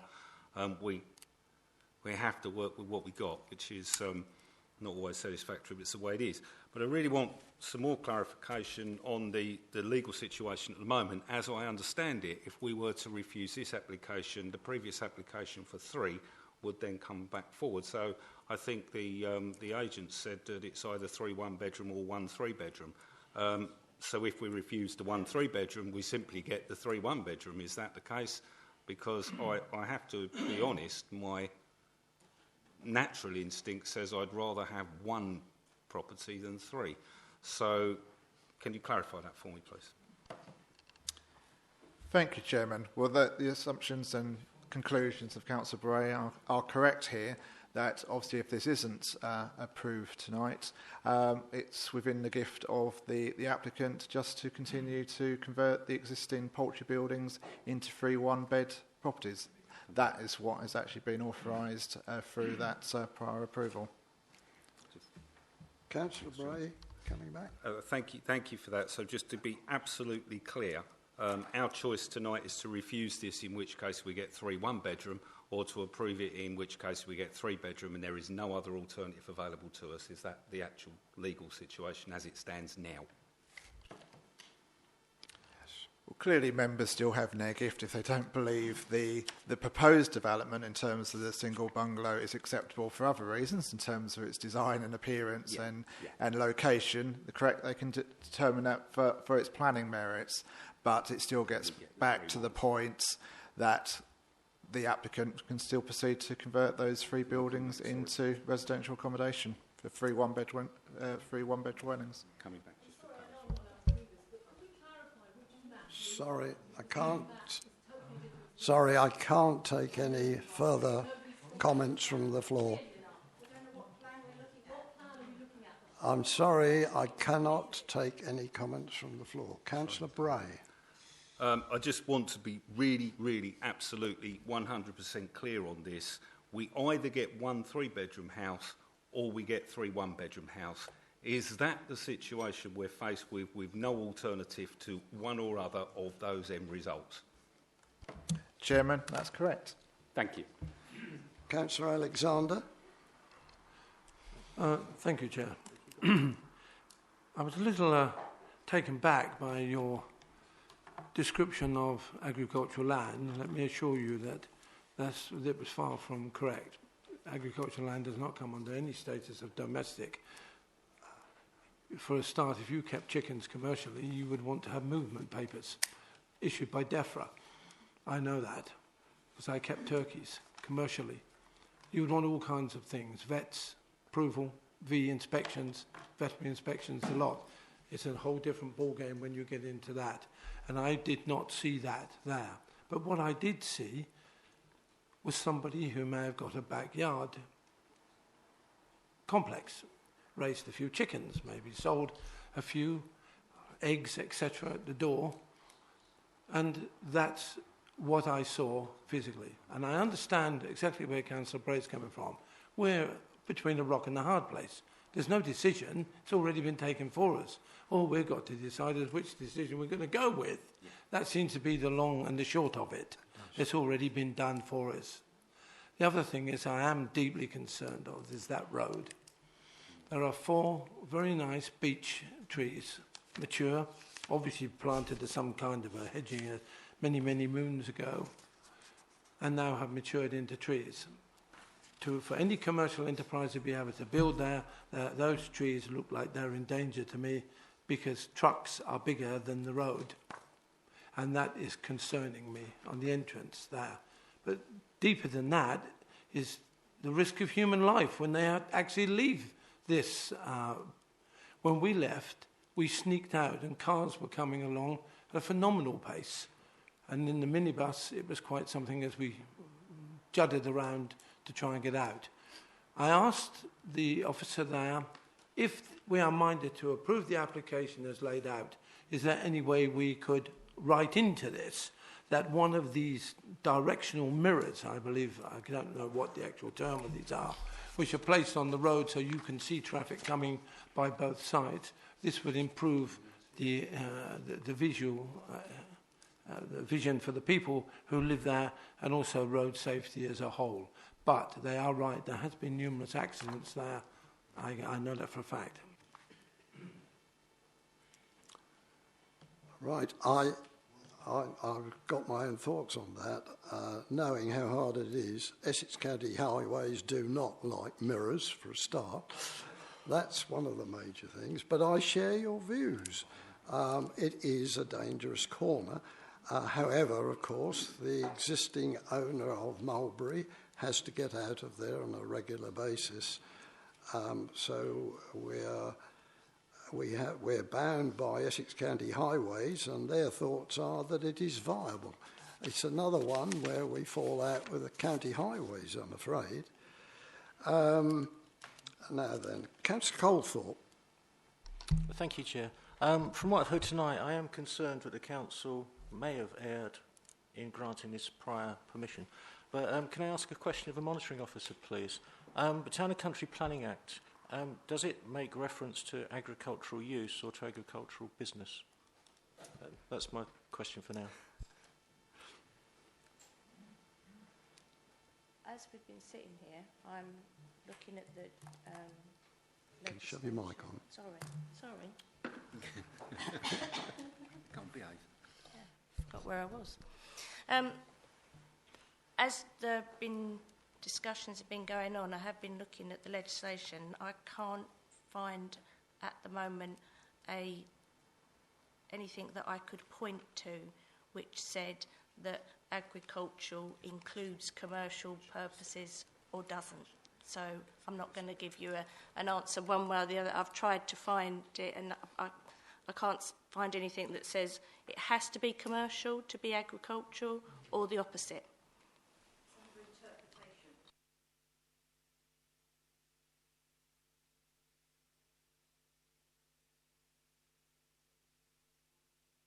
Thank you, Chair. Just to come back on that, I thought you might have been checking as we were talking.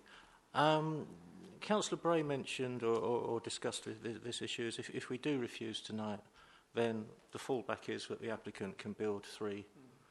It doesn't mean they will build 3. They've got the option of building 3, doing nothing, or appealing tonight's decision.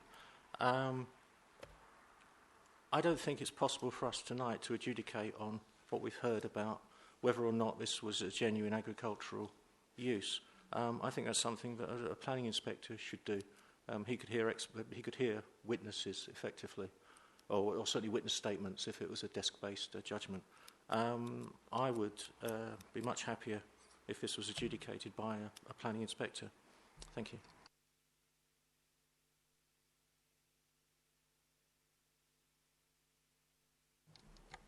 Okay, thank you, Chair. We've heard it mentioned a few times tonight about the variance in the maps. I'm not sure that I actually got what the variance was. Can you just, the officer, please clarify and put the different maps up there so we could perhaps see what the points that was being made? Thank you, Chairman. Well, the plan before you, again, is the one that actually shows the 3 buildings actually hatched in grey. That would actually be the ones that would have been converted into the 3 one-bed units.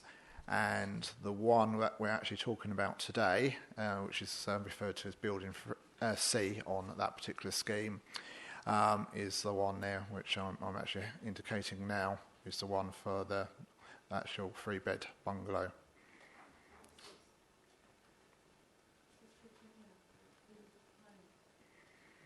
That obviously shows that various demolitions include some additional buildings.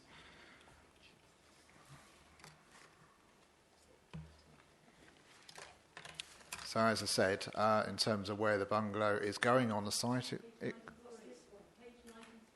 you. So yeah, there's the plan again. So in terms of where that existing poultry building was placed is in that area there on where I'm hatching it, and the replacement bungalow obviously slightly further over within that. But in terms, as I said earlier, in terms of the gross floor area, that is a like-for-like for the replacement of the 3 buildings that could be converted. And in addition to that, there'll be a couple of additional buildings. So there would actually more gross floor space actually lost from the site that actually will be replaced. I would actually add, in terms of just adding to the recommendation, there is a condition taking away permitted development rights. So if it is approved tonight, any additional or subsequent things that could be added to this dwelling in terms of permitted development, which it would actually have without taking it away, there is a condition that removes those. So any scheme to actually enlarge this dwelling would have to be by way of a planning application. Councillor Bray. No one's on. Okay. Thank you, Chairman. Once again, I take on board what Councillor Cawthorne said, which is quite clear. But as I understand it, the permission for the 3 single dwellings is already there. And thus that would be the fallback position if we didn't allow the single 3-bedroom. I'm also pleased to hear that if we do allow this one tonight, it will end the permitted development on this site, because Lord knows that needs to happen. On that basis, and less than happily, given that I would prefer 1 3-bedroom to 3 1-bedroom, and I think most people probably would, and given that seems to be the only real choice before us, I'm going to propose approval. Thank you. Right. Do I have a seconder of that? Councillor McWilliams? Right. And I think I got another one too, but I'll wait for that. Any further points people wish to... Yes, Councillor McWilliams. Can I just ask the officer, it's intriguing me, because up there we've got the broken line on the road there. Is that of any significance about what highways have said at all? Struggling to read that on the plan with my eyesight, but I think that's to show the visibility display to the road frontage. Right. No further points, in which case I have a proposal for acceptance subject to the conditions on page 105 to 109 with the noted missing on, I believe it was 9, which there was a missing knot. Effectively, what it said was the property shall not be occupied until the 3 units have been demolished. Subject to that, in the conditions, those in favour, please show. 1, 2, 3, 4, 5. Those against, please show. 1, 2, 3, and that's 8, 1 abstention. That application is approved with those conditions.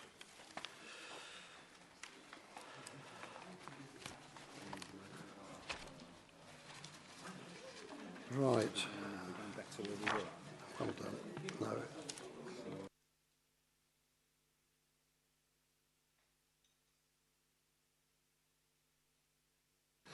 Right, colleagues, thanks for the break. Let's get underway, and thanks for permitting me to jump about on the agenda. We are now going to the second one at Mistley. It's planning application 19-00539. This is a detailed plan on land to the south of Long Road and to the west of Clacton Road at Mistley. You'll find it on page 39 of your agenda. And Mr. Faulkner's going to get this one again. Thank you, Chairman. The application before you is a reserve matters for phase 2 of a site to the south-east of Lawford, between Lawford and Mistley. It has outline planning permission that was granted a couple of years ago for up to 300 dwellings on the site. And in terms of the site, it's 23 hectares in total, 12 hectares the developable area for residential, 2 hectares for employment, and 9 hectares for green infrastructure. So the plan before you, the blue area to the north of that was the Phase 1 scheme. That was before members last year, and that was a scheme for 96 dwellings, and that was approved. So the scheme before us now is for the southern aspect or southern element of that, which will be for the additional 204 dwellings and 2 hectares of employment in the southeast corner of the site. That just shows the site in its context. Lawford being to the northwest, obviously Mistley is further to the northeast. In terms of the road frontages, obviously you've got Long Road to the front there, Clacton Road on the eastern side, and Dead Lane to the south of the site. Various views of the site. This is towards the western boundary of the site.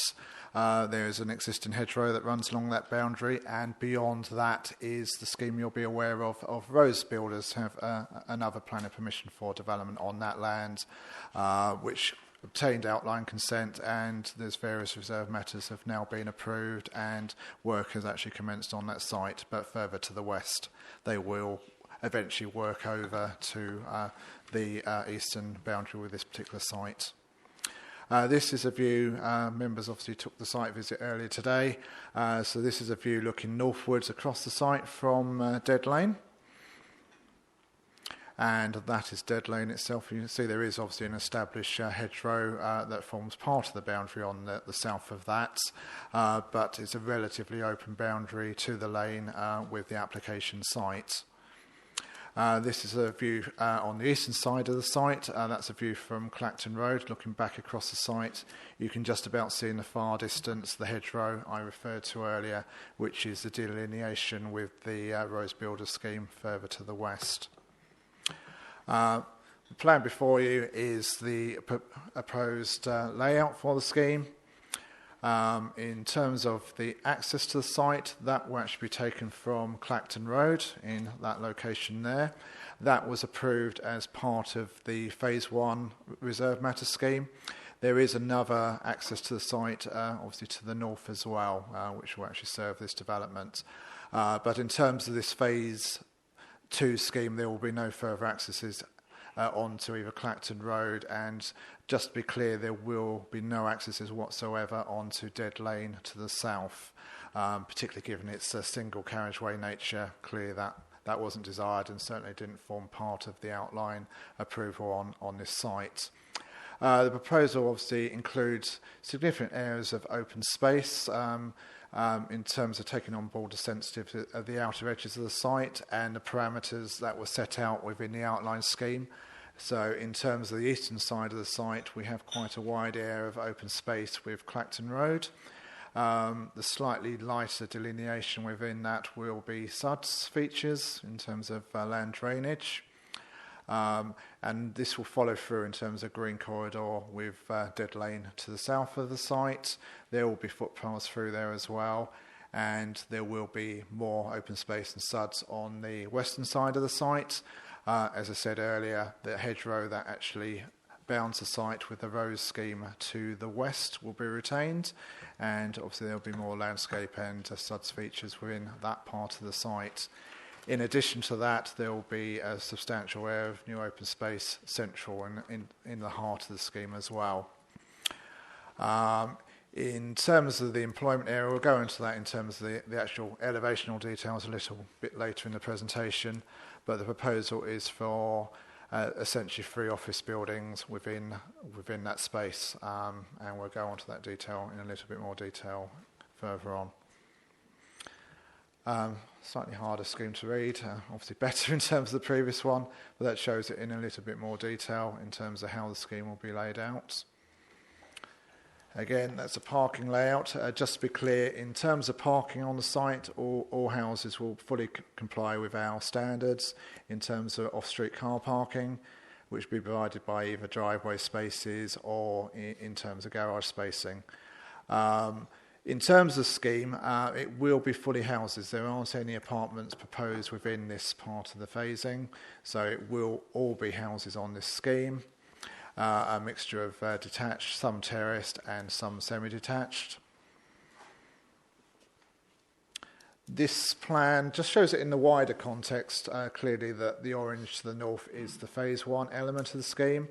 I think what that actually shows is obviously the areas of significant areas of green, buffer and landscape within this overall concept plan. This is just purely showing the landscape, which is essentially strategic at this stage in terms of the outer boundaries of the site. The applicant has agreed to further conditions being applied to the reserve matters to actually control the actual detail in terms of the planting scheme and maintenance of those particular areas. This plan shows the storey heights. As I said, it is houses proposed on the residential element of the scheme. It will be principally 2-storey in height. The applicant could have put 2.5-storey within the northern section of the site. The parameters plan did actually allow for higher storey heights within this central corridor of the scheme, but they have actually decided it will be purely 2-storey, whilst it's a slightly higher density in that area, which will then soften out at the outer edges where you get the more detached larger houses and garages in between. The redder colour on this scheme is actually showing there will be elements of 1.5-storey chalet development within this scheme. One thing in terms of negotiations on the reserve matters we did discuss with the applicant was particularly the sensitivity of the southern dead lane boundary, and in that regard we've now actually introduced a number of chalet houses instead of full height 2-storey houses, and reduced heights 2-storey buildings as well. In terms of the commercial elements, that will be fully 2-storey. There are elements of wings that will be down to 1-storey, but principally that will be purely a 2-storey development. This plan shows the network of footpaths and cycleways across the site. In terms of habitat regs, things have moved on from the outline application in terms of the protected coastal belts. Obviously, we're very near to the Stour Estuary here. And in terms of natural England's requirements, not only does the scheme need to mitigate in terms of its on-site provision, which will be obviously by circular walks and links to the existing footpath network, but there will be contributions for off-site mitigation in terms of the 110, 20 pence. Some that's actually required under the RAMS regime. So that will be actually dealt with by way of a unilateral undertaking. This shows the various elevational treatments, very much following the first phase, which also was very much vernacular in its formats, very traditional form and treatment to the elevations. Various schemes obviously shows some articulation in terms of window detailing, elements of chimneys, and very much following a traditional approach with brick facing finishes, elements of rendered finishes and tile hung finishes to the scheme as well, and timber cladding. As I said, there are a number interspersed within the scheme, and particularly along that southern boundary of Dead Lane, an element of reduced height buildings in terms of more of a chalet form development, which I think in terms of the sensitivity of that boundary will obviously help in terms of reducing the scale and form and enable a better transition between the rural hinterland around the site and obviously this creation of a new urban edge. Said various elevational treatments, obviously chimney details there. Slightly reduced height. That particular house type will be placed on the southern boundary of the site. Clearly, reduced ridge heights have been introduced for a number of units on that southern boundary as well. The various garage details, very much a traditional form. This particular plan just shows a little bit more articulation in terms of where we have private drives, cul-de-sacs, and an element to basically reduce the run through from one to the other. Also, it's kind of a raised grassed area which would allow for emergency access, but it's placed in that format essentially to try and avoid runs through those areas. This particular detail, there's 3 of these buildings as referred to, which is a more traditional form. It's kind of trying to mimic the wharf-type buildings that you actually would find, or certainly you do find in the Lawford Mistley area. Kind of almost like a Victorian warehouse wharf building. These are 2-storey office buildings. In terms of the elevations, as I said, they actually turn their face to Dead Lane, which I think is helpful in terms of reducing that overall impact. There will then obviously be gaps between the buildings, and the longer elevations basically run east-west across the site. I don't know why we've actually shown, but essentially there's 3 buildings that are actually the same in form. And then on the south-east corner of the site, where Dead Lane actually adjoins with Clacton Road, we have a more contemporary form of development, which is actually more of a turning feature. At officer level, we believe this will be a gateway feature to the scheme. I think in terms of its scale and form, it still works very well, and it's well articulated and will form an attractive feature within that corner of the site. As I said, the recommendation is for approval, subject to a unilateral undertaking being signed for the RAMS contribution. Thank you, Chairman. Thank you very much. As far as speakers, I have...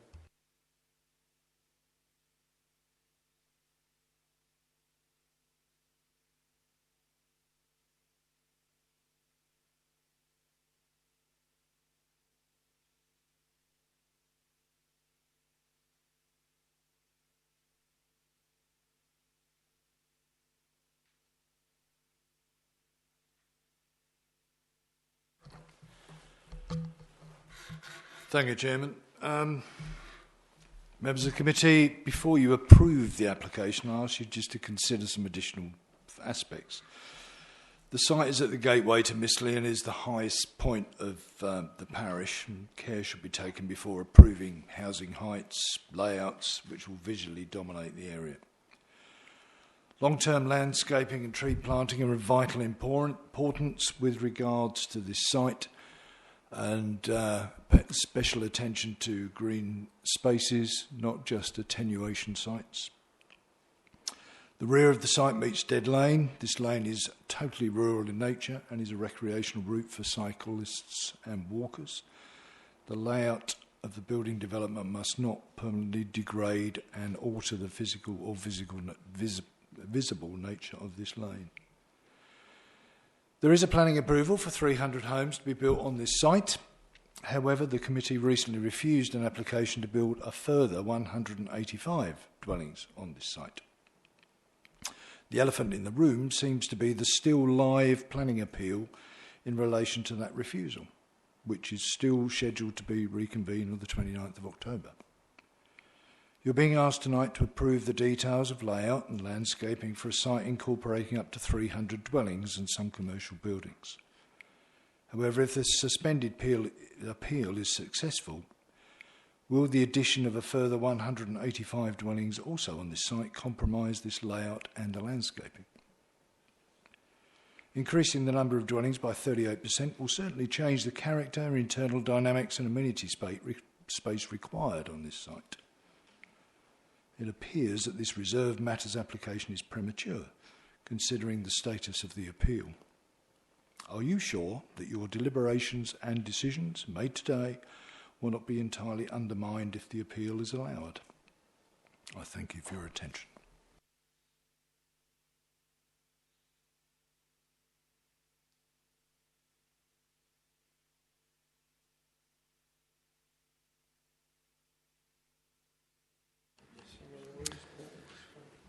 Thank you, Chairman. Well, clearly, I would make the initial point that clearly before us today is an application that is in accordance with an outline permission.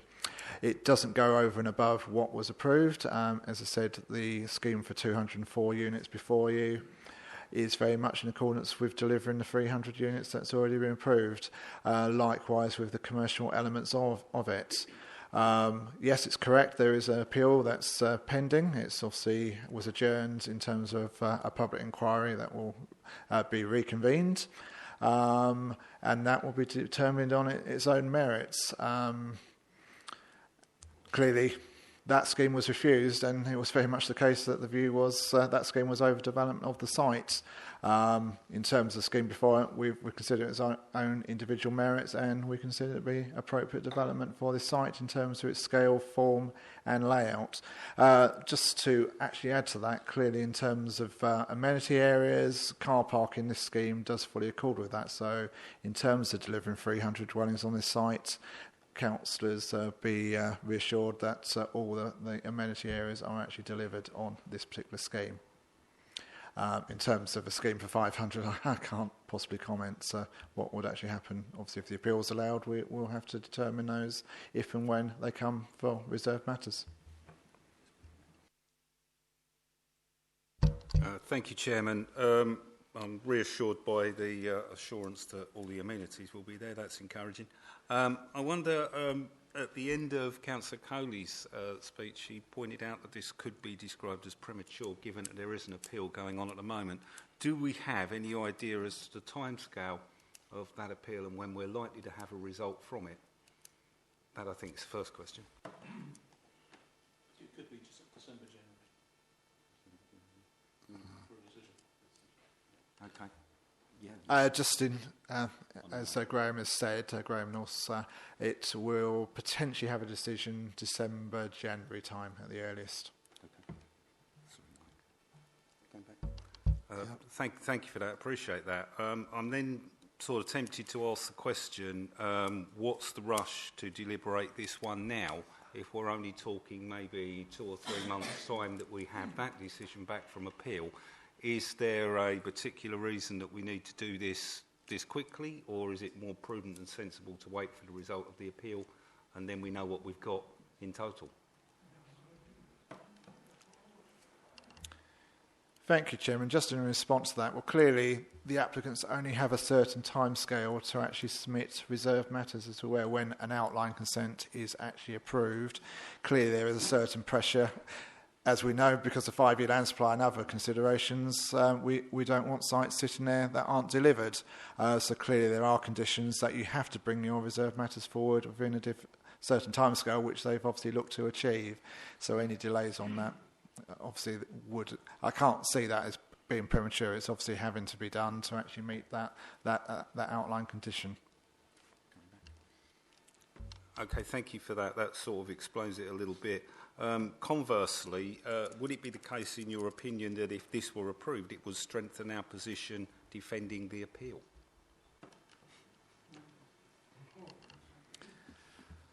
I think that's a difficult one to argue. Clearly, it's not an easy one to argue. The scheme before you, it meets the parameters plan of the outline consent, and it's a scheme. Clearly, we're being seen to be reasonable and acting in the correct procedures by actually deliberating and approving this scheme tonight. It meets the parameters of the outline consent for 300 dwellings and the commercial on the site, and that is what will be delivered through this scheme. In terms of the larger scheme, clearly, we've never granted 500 dwellings on this site, so that's for determination by the planning inspectorate. Yeah, go. Anyone else speaking? Yeah. Okay, we'll take Councillor Alexander. His name is next on the list. I would like to know about the appeal and the impact it will have on what we're looking at tonight, because no one's mentioned that. The impact. What impact will the appeal, should they win that appeal, will it have on what we're looking at here tonight? Will it alter the whole logistics of the application? Will it come back before us? Will we have to go through this all again? I can see where your timescales come in, but that's unfortunate. That's the way it falls. Thank you, Chairman. Well, just in response to that, clearly we're slightly predetermined. We don't know, obviously, what the outcome of the appeal will be in December, January, but if from the council perspective, the worst case, it is allowed by the planning inspectorate, then that would just be an outline consent for the site. So, as with this scheme before you today, the reserve matters would obviously have to be subject to... Sorry, anything moving forward, we have to be subject to reserve matters, and like the earlier application that was turned down, that will come before committee again for their deliberation. I think I've voiced this in the past. I'm really concerned by this because we do need these properties. There's no two ways about it. We need people to build houses, and we'd like them to get on with it as well. But there's sometimes, when choosing a site, you really do need to think of what you're doing, because I had a good look around Mistley for a drive and went out to look at it. I was quite surprised at the size of the town and the way it appears to be struggling to survive down there, the way the houses are put together. And I noticed, if I may, under policy, under one of the policies that we are using here, LP2, the council will support the development of bungalow retirement complexes and extra care housing. I don't see any of that wound into this at this moment in time. I think this application needs to be, there needs to be more exploration of this, is to find out exactly what the impact on this area is going to be, because I don't see how you can open a shop with 1,300 possible people living there, 300 houses, mum, dad, couple of kids. If you look at it like that, all you're looking at, in effect, is about, at maximum, 1,000, that a shop could survive on 1,000 people.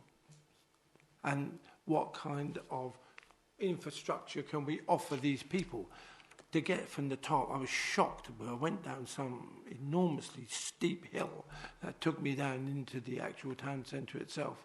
Well, not everyone's got cars. Dad might have a car and go off to work, or Mum might have that same car, and she's the owner of the house. And then it's left to the other to get up and down those hills to get to the shops.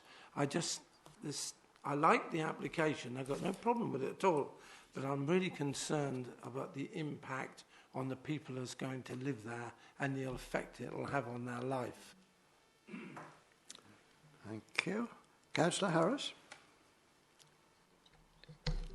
Thank you, Chair. I was going to talk about the same similar concerns, really, in terms of infrastructure.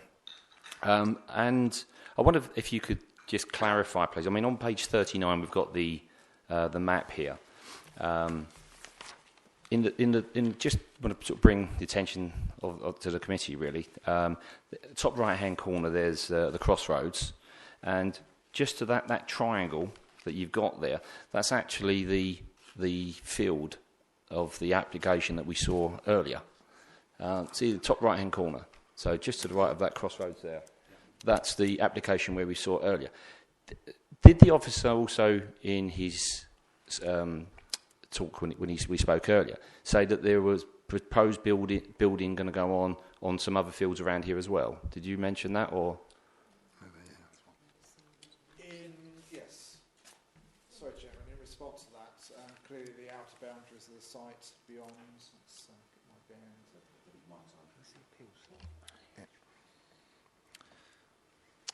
Yes, so that point there, where my arrow is the the western boundary of the application before you. So in terms of wider development, yes, Rose Developments do actually have an outline permission for this site to the west, which has an outline consent, and there are various reserve matters that further to the west are actually being implemented on site, as you may have seen on site. Yeah. Go. Okay, thank you, Chair. Which I suspected that was the case. So that sort of, is my concerns on a wider thing, really, and that's infrastructure. How will the schools cope? How will the GPs cope? How will the roads cope? How will the transport cope? It is a real concern that.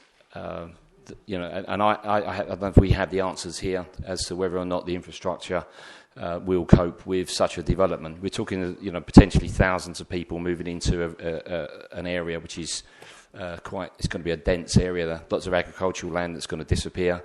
and it's, you know, it is a real shame. It is a concern. Not sure that I want to say too much about that, really, but I don't know what you can say, whether you can say that it's adequate or not. And also, as a percentage of the current buildings there, what does this growth actually represent in the overall sort of village that's there at the moment? What sort of percent? Is it 20%, 50%, 60% growth? Do we know that? I think you've probably got me on that one. I couldn't give you a specific answer tonight. Clearly, there has been substantial growth allowed in this part of the district. That can't be denied. But clearly, the Lawford, Manningtree, Mistley part of the district is one of our main urban centres, as is obviously Clacton in the coastal areas, and has been seen as an area that can take growth. Either it's been allowed on appeal or has been obviously allowed locally. This particular scheme before you tonight was a scheme that was actually approved at local level. In terms of the infrastructure, the outline consent did have various. Obviously, Section 106 was actually tied to that, and clearly the usual suspects in terms of contributions for education, healthcare, improvements to the highway network, and other elements were all tied in to that consent. So what's before you, yes, is with regards to the layout, but in terms of the original outline consent, clearly the scheme has to meet its needs in improving the infrastructure of the area, as would be the case for the Rose development to the west. I think, put in two penneth, this is called stage 2 of the development. Stage 1 is already in this stage. Above that, coming in from the same road from Long Road, and this is, you can see a percentage of the development and where the area is, and it was at that stage that we considered the schools and the various infrastructure bits and pieces. It is a difficult one, but I think at this stage this is the detailed drawing of something that we have already approved. And we did say that we didn't want any 2.5-storey houses. This has proved that we're not going to have. They're going to be maximum 2-storey. We said and any slightly smaller, the ones at the bottom, are going to be 1.5 stories or chalet-type buildings. The offices, that's the commercial element, and it is not heavy commercial at all. It's offices. I'd be very worried if we started to change that into industrial areas right next door to Dead Lane, but we're not going to, and there's no exit onto Dead Lane. So I think this has been virtually, it's answered virtually all the questions that we had. Now, Councillor Bray, and then I'll Councillor across there. Councillor Bray first. Yeah, thank you, Chairman. I think I really was going to say quite a lot of what you've just said, that clearly the outline permission is already there, the principles in place. There are going to be 204 dwellings on this development. The layout looks pretty good. The only last question I'd ask, of course, the 3 tests for sustainability, the economic, the ecological and the social. I'm a bit concerned about the social sustainability test, in that it seems to me there are no local amenities, and almost every piece of transport undertaken by residents would need to be taken by private car. How did we deal with that and overcome it? Thank you, Chairman. Well, in response to that, clearly this scheme, whilst it's a residential-led development, clearly for the reasons just said, there is an element of employment or commercial use that will be delivered on the site. So you'd like to think that people that move into this may well be employed within that area. It's often a lot in the perfect world. Not saying that will happen, but clearly we are looking to deliver more local commercial development. So if they don't actually live on a scheme, we'd like to think they at least live in the mandatory Mistley area and will be nearer to this particular site. So it will deliver a mixed-use scheme here. Thank you. Councillor Fowler? Thank you, Chairman. I do remember this application when it came before us in outline form, because I do know this area quite well, and I know we did have concerns about the infrastructure, where such a number of houses, and all concerns considered, we did approve that application. And as my colleague, Councillor Alexander, has said, we do need the houses.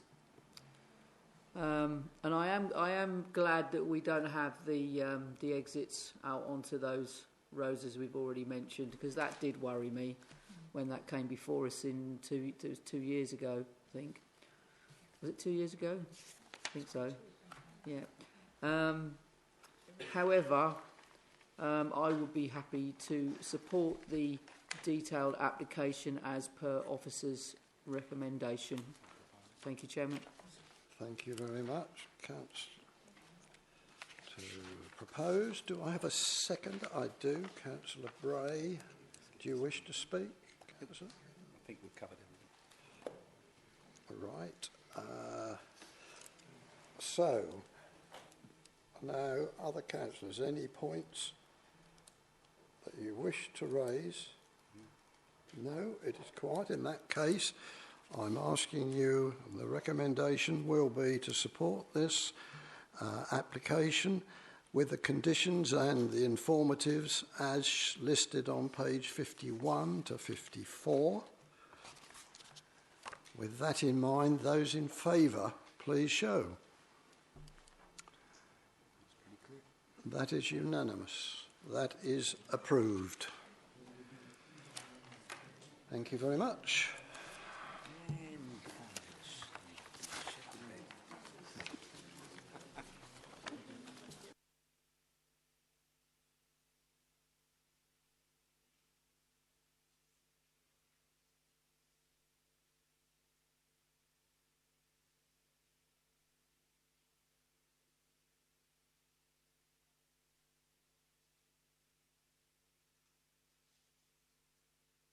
Right, we'll now go to planning application 19/01044 full.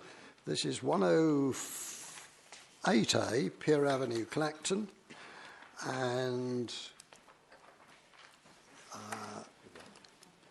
we've got Matthew to introduce this, I think. Morris is leaving. Oh, yes, thank you. You've declared an interest. Yes, if you would, I think, following policy, if you wouldn't mind leaving the room, and we'll call you back when we give you your two penneth.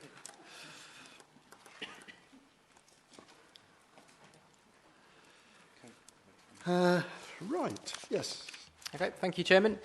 So this application relates to the retention of an outbuilding at 108A Pier Avenue in Clacton.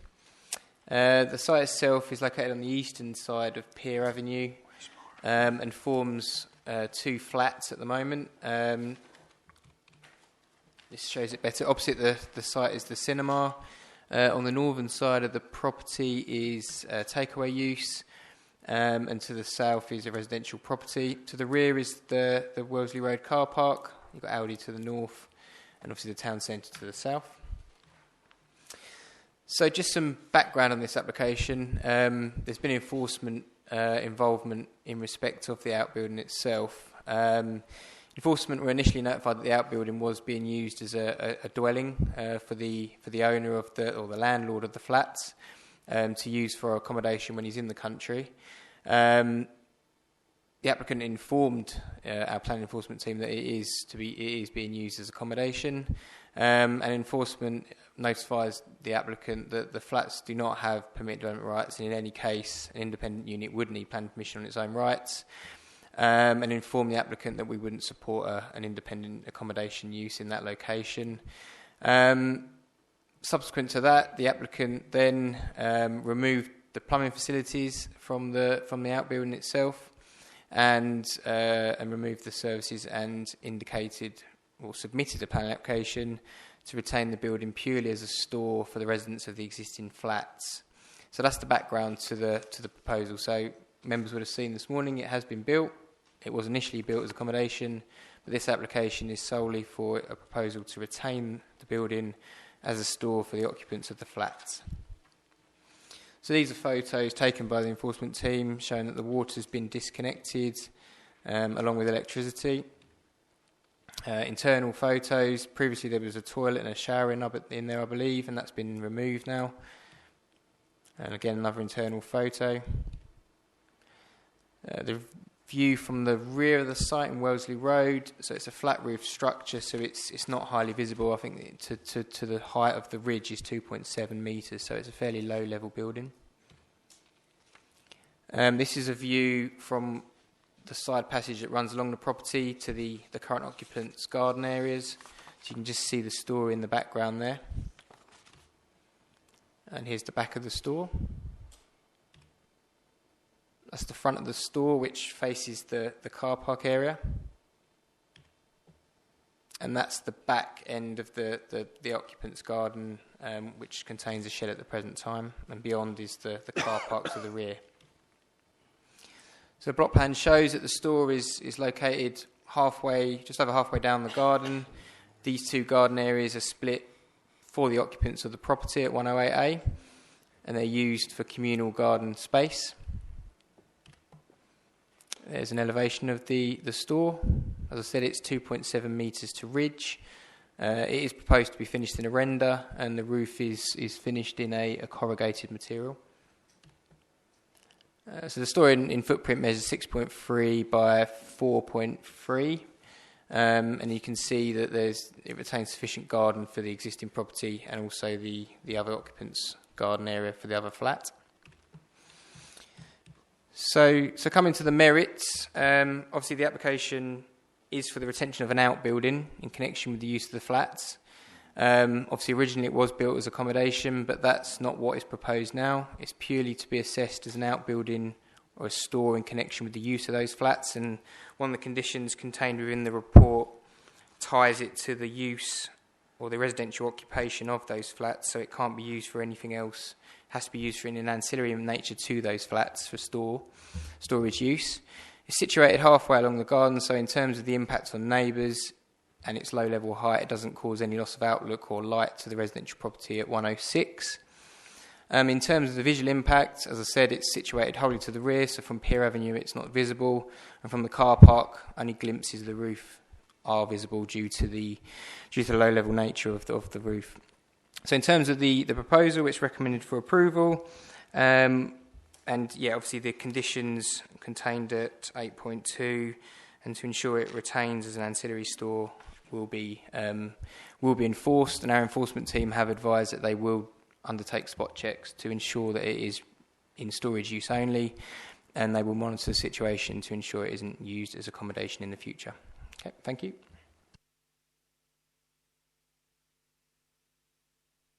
Microphone was off, apologise.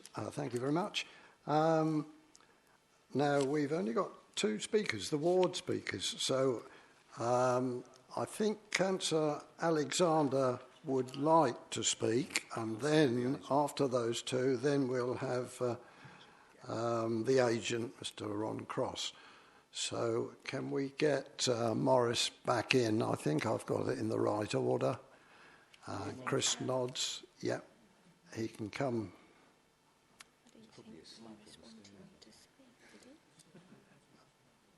I think he does, yes, in fact.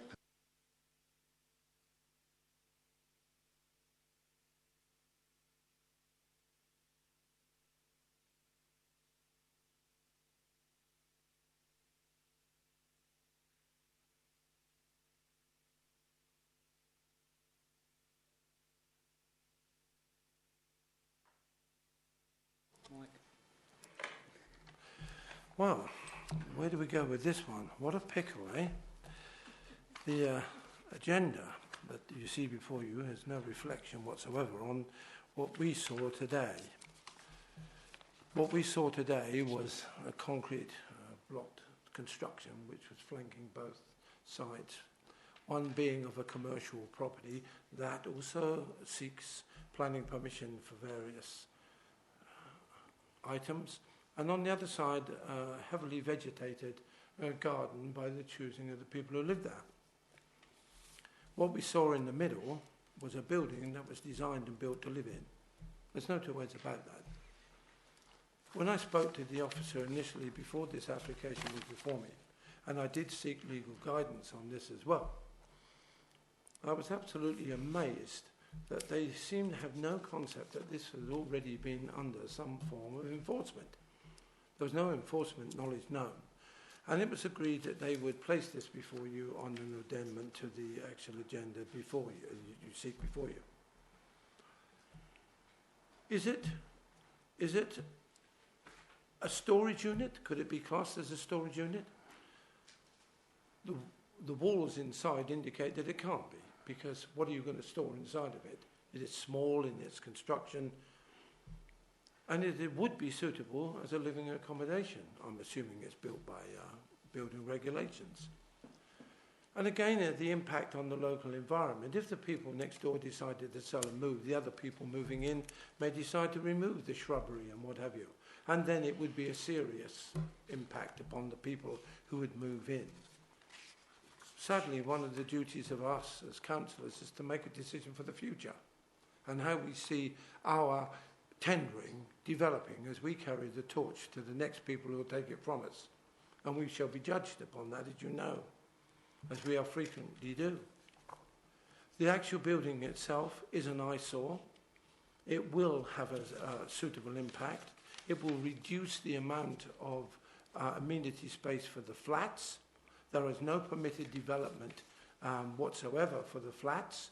And if you looked at the parking as you went in, 1.5 car parking spaces, I would imagine, would be the max for that. If somebody else was to move in now in the near future, you would be looking at 3 parking spaces. It's double yellow lined all the way outside, and to cross it, there's not even a drop curb as such there. You have to flop off of the pavement. The whole thing was built, in my opinion, with the intention of putting someone to live there. Whether or not, when we received the first, that's my colleague Councillor Griffiths and myself, received the first complaint that this was going ahead, and it wasn't by the immediate neighbours either, was that there was a sign outside, whether that's just hearsay evidence, I didn't see that myself, that there was a dwelling to let. However, enforcement made them remove the piping and the sewage and the water, whatever services that are required to turn it into that. But there again, they are still there and can easily be put back on in the future. We don't have enforcement officers working 7 days a week, 24 hours a day. It's very much up to the discretion and honesty of the person who lived there. I wasn't predetermined, and I went on that site visit, and that sort of like clinched it for me. For we have standards that we have to uphold. That's not, to my mind, a standard that we should be reaching for. We've seen that tonight in our debate. We discussed in great detail how that these compactual houses and widths of roads, and we discussed this in depth, and that we look at this, and someone has decided, whether they knew or not, I have no idea, that they would just build this, and then we would then give them permission to have it there. And I think, once again, we need to look very carefully at our standards, and I think that we should now refuse this application because it is a dwelling. It is nowhere near a storage space. Thank you, Chair. Thank you, Councillor. Councillor Griffiths, please.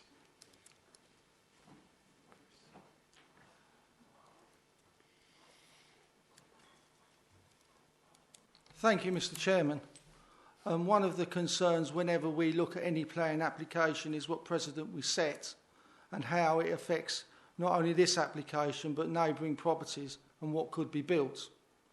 When we actually look at that property, the structure is already built. It has not come through the planning process, and I think it's a very dangerous precedent that we set, that people construct concrete block structures in their back garden, and then when the structure's already got roof and doors on, then bring it to this committee.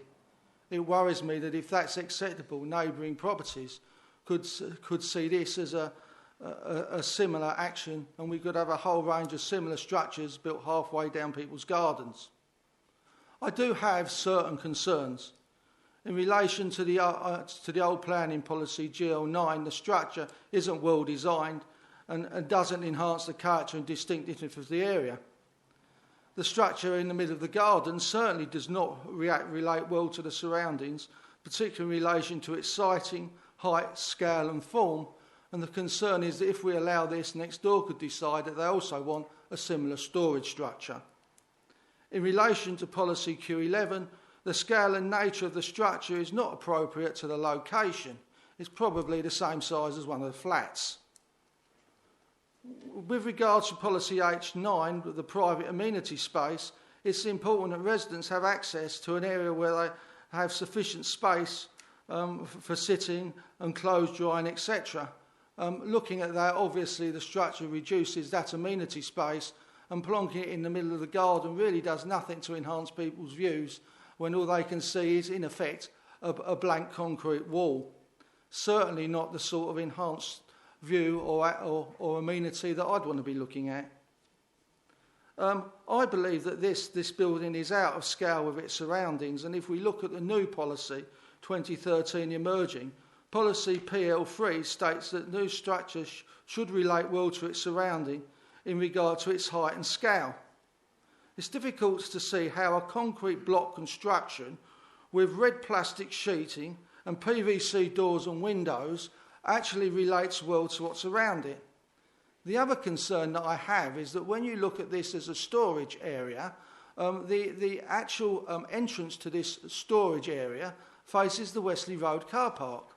One would have thought that security reasons, the occupants of the flat would want to be able to view the front of the structure from their windows to ensure that no one's trying to break into it. It's also a little bit concerning that the entrance to this outbuilding seems to be down its own separate passage. Now, you know, if you're storing your valuables in an area, surely one would want to be able to see the access to this and not have it hidden. I have major concerns that when we're looking at this sort of area, that what we could be producing here is something that could be produced elsewhere in this area. And one of the considerations that I would ask the committee to look at is that if we accept this, we have a number of similar properties with similar sized gardens, with similar sized flats that might look at this and think, I too would like a three-roomed storage facility with lights in the ceiling and coving and 3 separate rooms in the back of my garden too. Perhaps we ought to consider that when we're looking at flats, this isn't the sort of thing that we want. And in central Clacton, where we have lots of, shall we say, houses of multiple occupancy and bed sits, really, is this the sort of thing that we want to be encouraging to be built in Clacton Town Centre? I thank you to Mr Chairman and the committee, and I hope you'll give consideration to this. Thank you. Thank you very much. Now Mr Ron Cross, who's acting as the agent for this.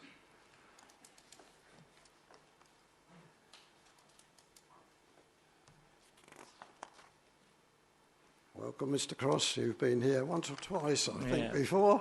Yes, thank you very much. Nice to see you all again, I think.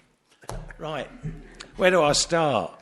Right, I have to concede, first of all, that this structure was originally built as a summer house.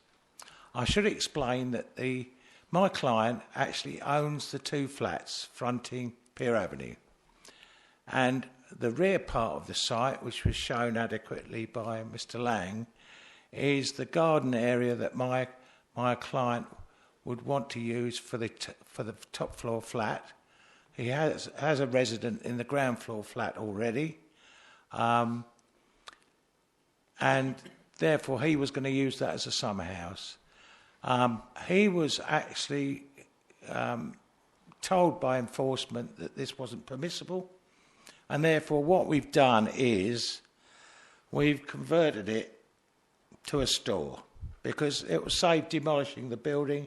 It'll be very useful for him as a storage space, because he rents out the top floor flat, and that'll be useful for storing furniture if there is a change of tenancy. We just don't want to waste this building, knock it down for the sake of it, when it can be usefully used as a store. And as been pointed out, the services have been removed, which is what was intimated by enforcement, that if we did that and we applied for permission for a store, it would be approved by your council. Now, other things have been mentioned, things like parking. That is totally irrelevant. The parking already exists for the flats. This outbuilding at the back that we're proposing as a store doesn't affect parking because it's not going to be habitable. So it doesn't affect the size of the flat, in effect. It's not part of the flat. So the parking is an irrelevant situation. To say the building is ugly and it can be lived in, I mean, Mr. Lang adequately pointed out the size of it, and to equate it to the size of a flat, I think you can see from that block plan that it's about half the size of one of the first floor flats. So I don't know where Councillor Griffiths lives, but must live in a doll's house. So, I mean, it's not big enough to live in and have as a separate dwelling. Besides, I would point out that I'm quite happy for a condition to be imposed on this, should you choose to approve it, to say that it must not be used as a dwelling and it's ancillary to the flats and must not be converted at any stage, shape or form. It's unfortunate that Councillor Griffiths thinks that the doors are in the wrong place. I don't really think it's of any concern of his, because to have the doors facing away from Pier Avenue is probably quite a good idea for security reasons, because somebody can't walk down the road from into Pier Avenue and down the alleyway and then affect the illegal entry. So I think that's an irrelevant comment, really. But I'm quite happy for a condition to be put on to say that this must not be used as a dwelling and it's just purely for storage. We merely want to bring it up to standard, render it, make it look nice, so it is an attractive building. It's not a large building. It's not an ugly building as it was purported to be. So I would recommend that you approve this with a condition on it. Thank you very much. Thank you very much.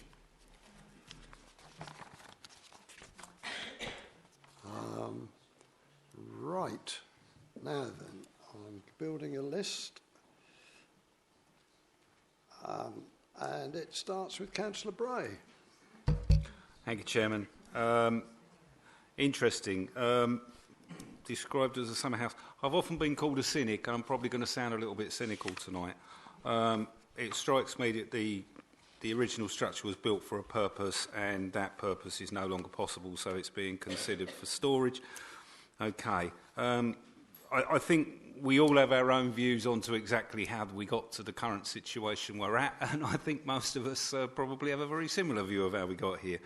I'd like to ask one particular question, though. From dwelling to summer house to storage, my understanding is that it's owned by a landlord who presumably therefore is in commercial business.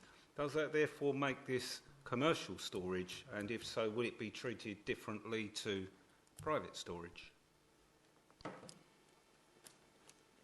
I think condition 2 of the recommendation ensures it be used for purposes ancillary to the residential use of the flat. So in terms of commercial, it wouldn't be a commercial use. That condition which will be enforceable, is part of the recommendation, which ensures it remains private use. Right, Councillor Bray? Yeah, okay, I understand what you're saying, but I was given to understand it would be used for the landlord's effects because he has properties elsewhere, and therefore I would have seen that as more commercial than private. But I understand that you can enforce that one way or the other. All I can really say is, if it is a storage shed, well, we probably can't stop somebody having a shed, but I'd like to be certain that every possible condition is in place and that our enforcement officers are plugged into the socket, if necessary, to get them to go out and ensure that they're all enforced as an absolute minimum requirement. Right. Councillor Harris? Well, where do I start with this one? Okay, summer house. Well, that's different view to what my view is to what a summer house is. I think what the gentleman was saying was that somebody was going to live in it in the summer, not an actual summer house. And when the agent said that it's been converted to a store, I'm not sure what conversion's actually been done. I mean, in terms of sheds, it was actually the plasterwork inside was actually a really nice finish with spotlights, and it was very good. But that's neither here nor there, really, at the end of the day. We all know what the original purpose of this building was, and we're now led to believe that it's now going to be a shed. I mean, London have plenty of these summer houses all over London, or sheds as they are, and they have a problem where people sleep in them, and the phrase of beds in sheds. Where you literally have thousands upon thousands of people across London and other areas as well that live in these domains. So I share the local ward councillors' view that this could become a much bigger problem across the tendering district if we don't deal with it. I know we're going off track here, but I would urge the council to seriously consider about landlord licensing because it brings in standards and it stops things like this from happening, and you will then have enforcement that can come and deal with this. So that's what I would suggest, and it would raise standards for people that rent accommodation. I've gone slightly off track there, but I'd like to ask the officer, does the shed, if we have to believe that it's a shed, breach any standards of a shed, and does the siting of the shed mean that that it's in the wrong place? Does it breach any rules in terms of siting it? And also, the building of this shed in the middle of the garden, or 2/3 of the way down, there was mention of the amenity space. Can you confirm that the amenity space for flats 108 and 108A is adequate, please? Thank you.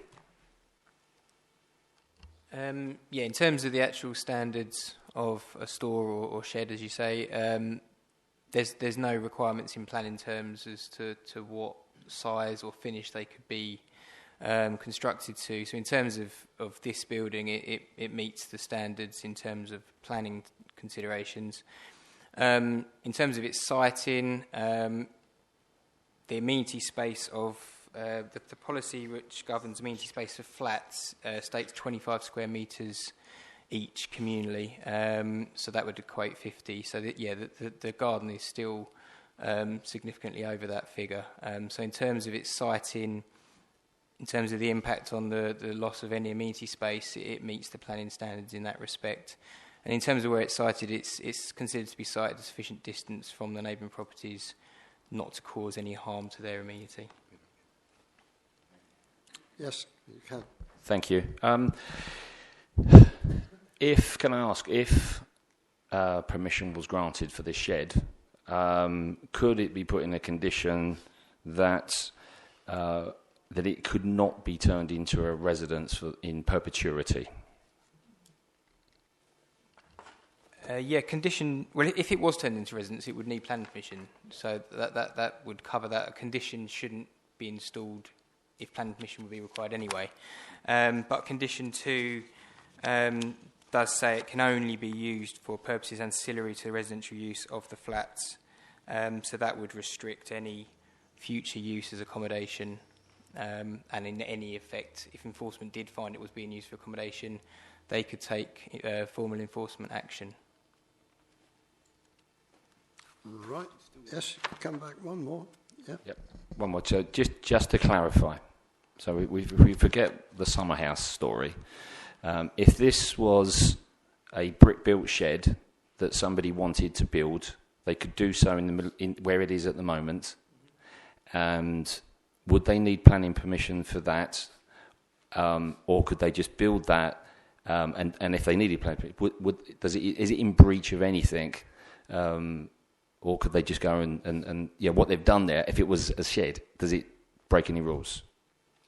Yeah, so if it was sited within the back garden of a property, that would have permitted development rights, and it wouldn't break any of the planning regulations in that respect.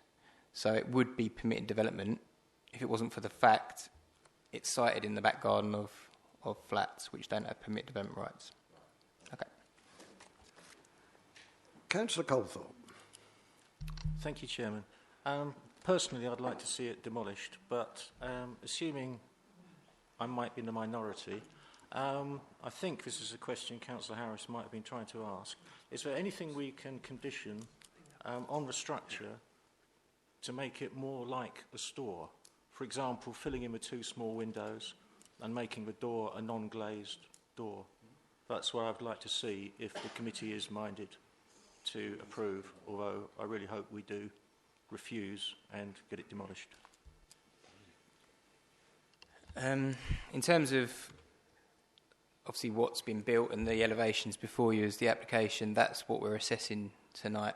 In terms of the finishes, it's proposed to be rendered, so it will improve the current appearance of the building in terms of I think it's a block finish at the moment, so it will be rendered. That's part of the proposals.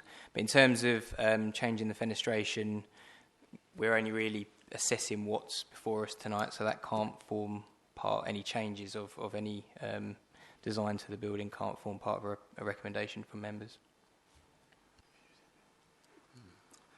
All right, Councillor Bray. I'm all done. You're all done, yes. No others? Councillor McWilliams? It was me, Chair. I'm going to ask a very pertinent question. Be ready for this, please. If there is no permitted development rights, why are we not saying to demolish the building? You're looking at the harm. In terms of an enforcement case, you're looking at whether the harm is... The demolition of the building is the harm proportionate to demolishing the building. In officers' view, if it's being used as a store in connection with the flats, given its location at the back, the lack of any real impact on neighbouring amenity, then it's to demolish, you've got to prove harm. So in this case, it's considered that the application for a store is not considered harmful enough for enforcement to take action against. Right. You're happy with that? I'll go to the solicitor just for some thoughts. The options that the committee have would be that obviously to approve or refuse. Even if you refused, you couldn't say demolish it because this isn't an enforcement report. We would then have to, as Matt's already highlighted, we would have to take other matters into consideration within relation to the enforcement of what was there if you decided to refuse it. So that would be a separate decision. Right.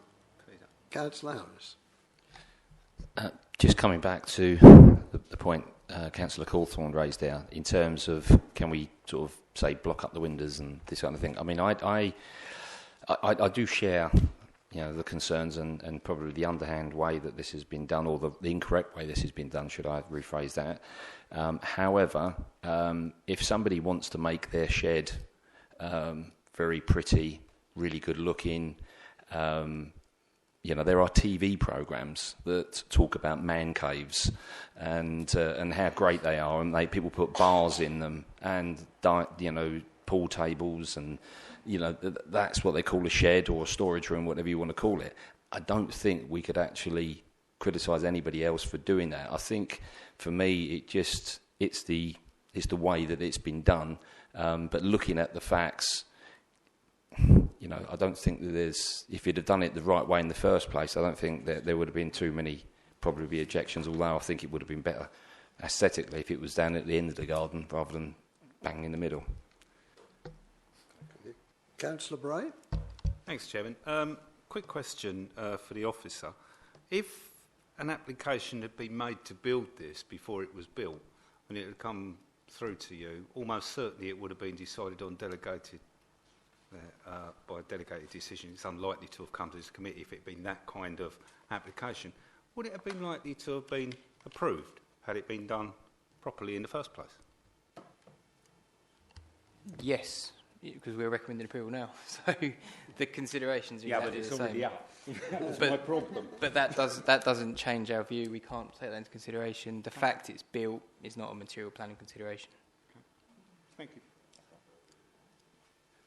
Right, further questions, or do I have a proposal? Councillor McWilliams. I'm inclined to agree with Councillor Harris and Councillor Cawthorne over the proposal that you sort of put forward. Could this be that we could obviously say that the windows and the doors can't shed-like in any way whatsoever? So perhaps we should be looking at making a condition that that is changed to make more shed-like, or a storage area, something like that. Yeah, sorry, we wouldn't be able to, because we're assessing what's before us tonight. A condition to change the design would go beyond what a condition can do, really.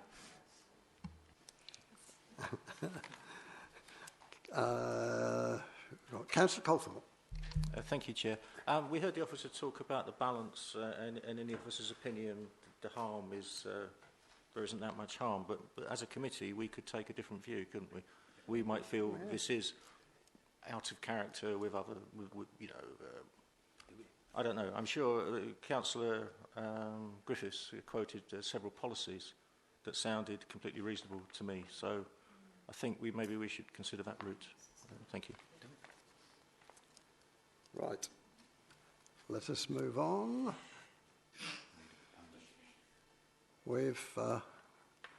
Do I have a firm proposal yet? Yes, Councillor Cawthorne. I propose refusal with policies to be confirmed.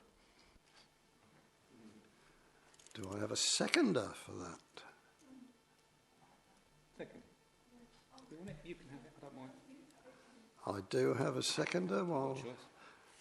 Now, anybody wish to add anything before we before we actually vote on it? Could we have some idea of the reasons so we can look at which policy? Yes, I think that's definitely a point. Please. I made a note of some of the concerns that were raised, and it's Save Policy QL11 in respect of the scale and nature of development is appropriate to the locality.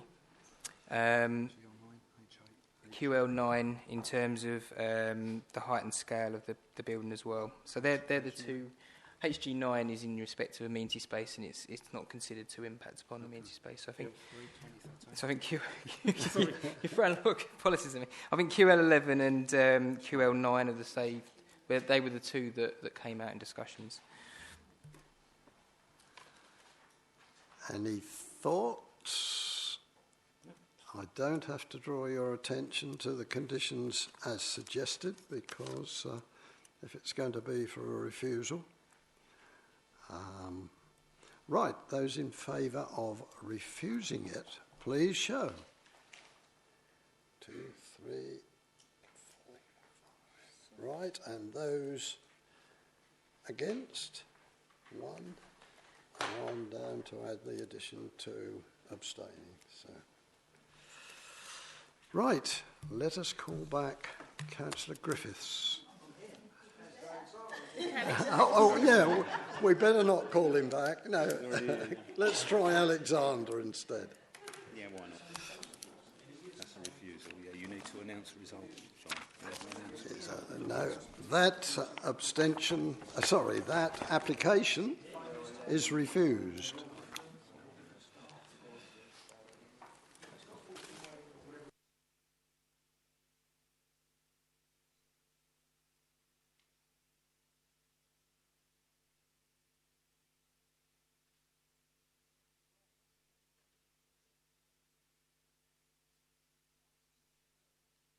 Item 12 on the agenda. In theory, we have reached the position where all the applications in front of us tonight have been heard, and I'd normally close the meeting. However, the committee has asked for a report on the number of appeals that have been referred to the planning inspectorate over the last 24 months, and how well the application succeeded or not. This report is not private, so anybody from the audience who wishes to stay and listen will be welcome.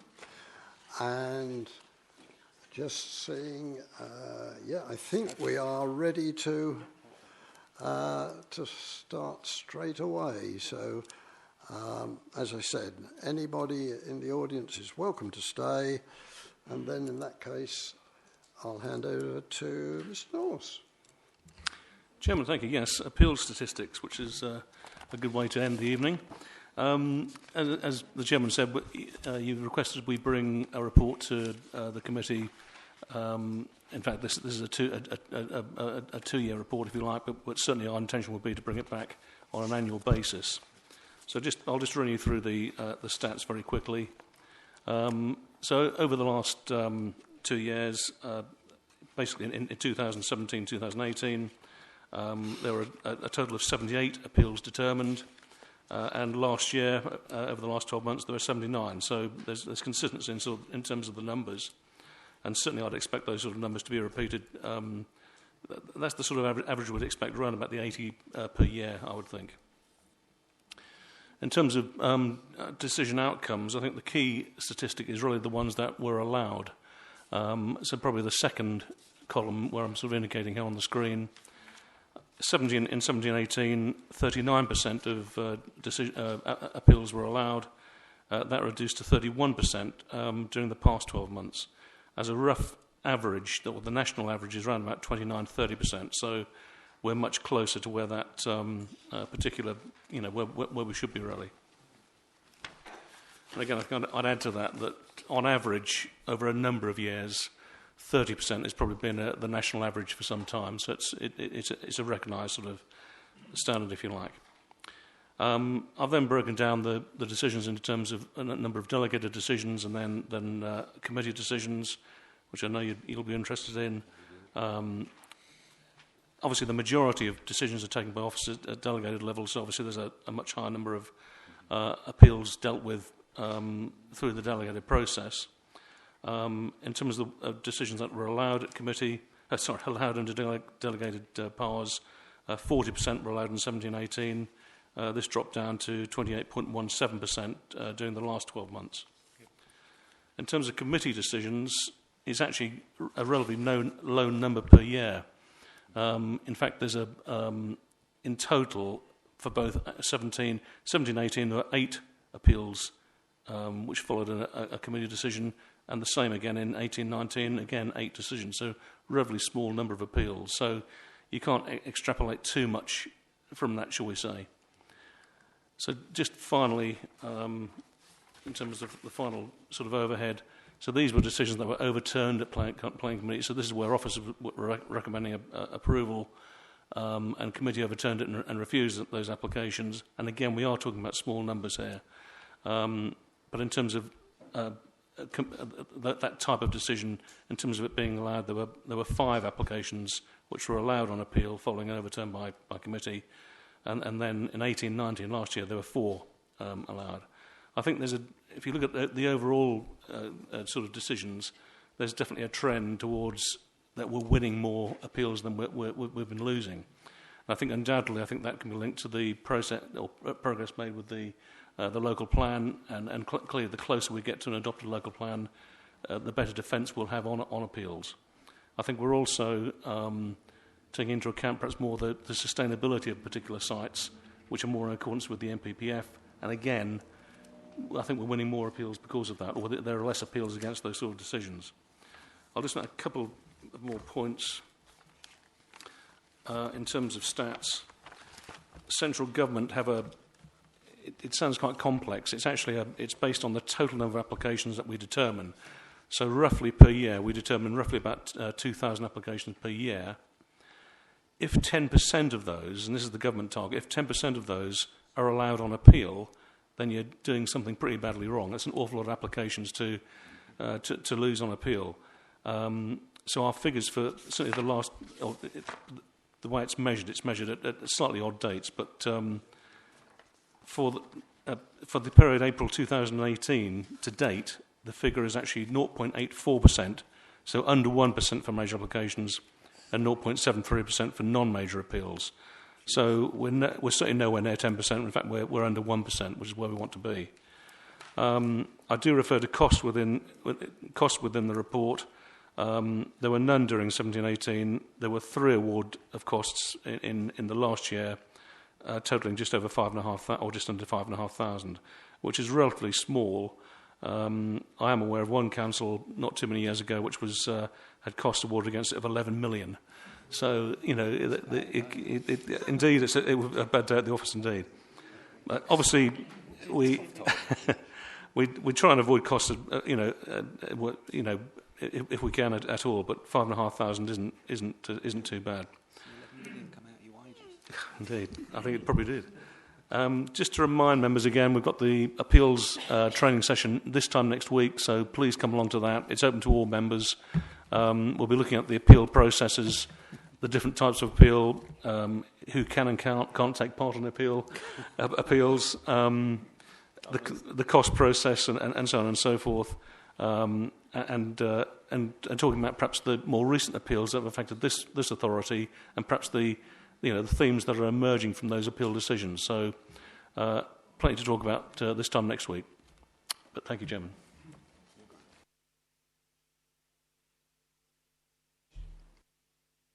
Yes, thank you, Chair. You mentioned the costs awarded against us, which is obviously sounds very low, 5,000, whatever. Have you an estimate of the actual costs of these appeals to the council in terms of staff time, professional fees that are paid, QC's charges, whatever? Thank you.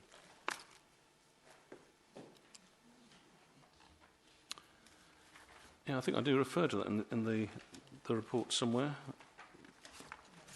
I thought I had done, but it is, Graham, page 136. Yeah, I thought it was, yes. Under the resources bit. Yep.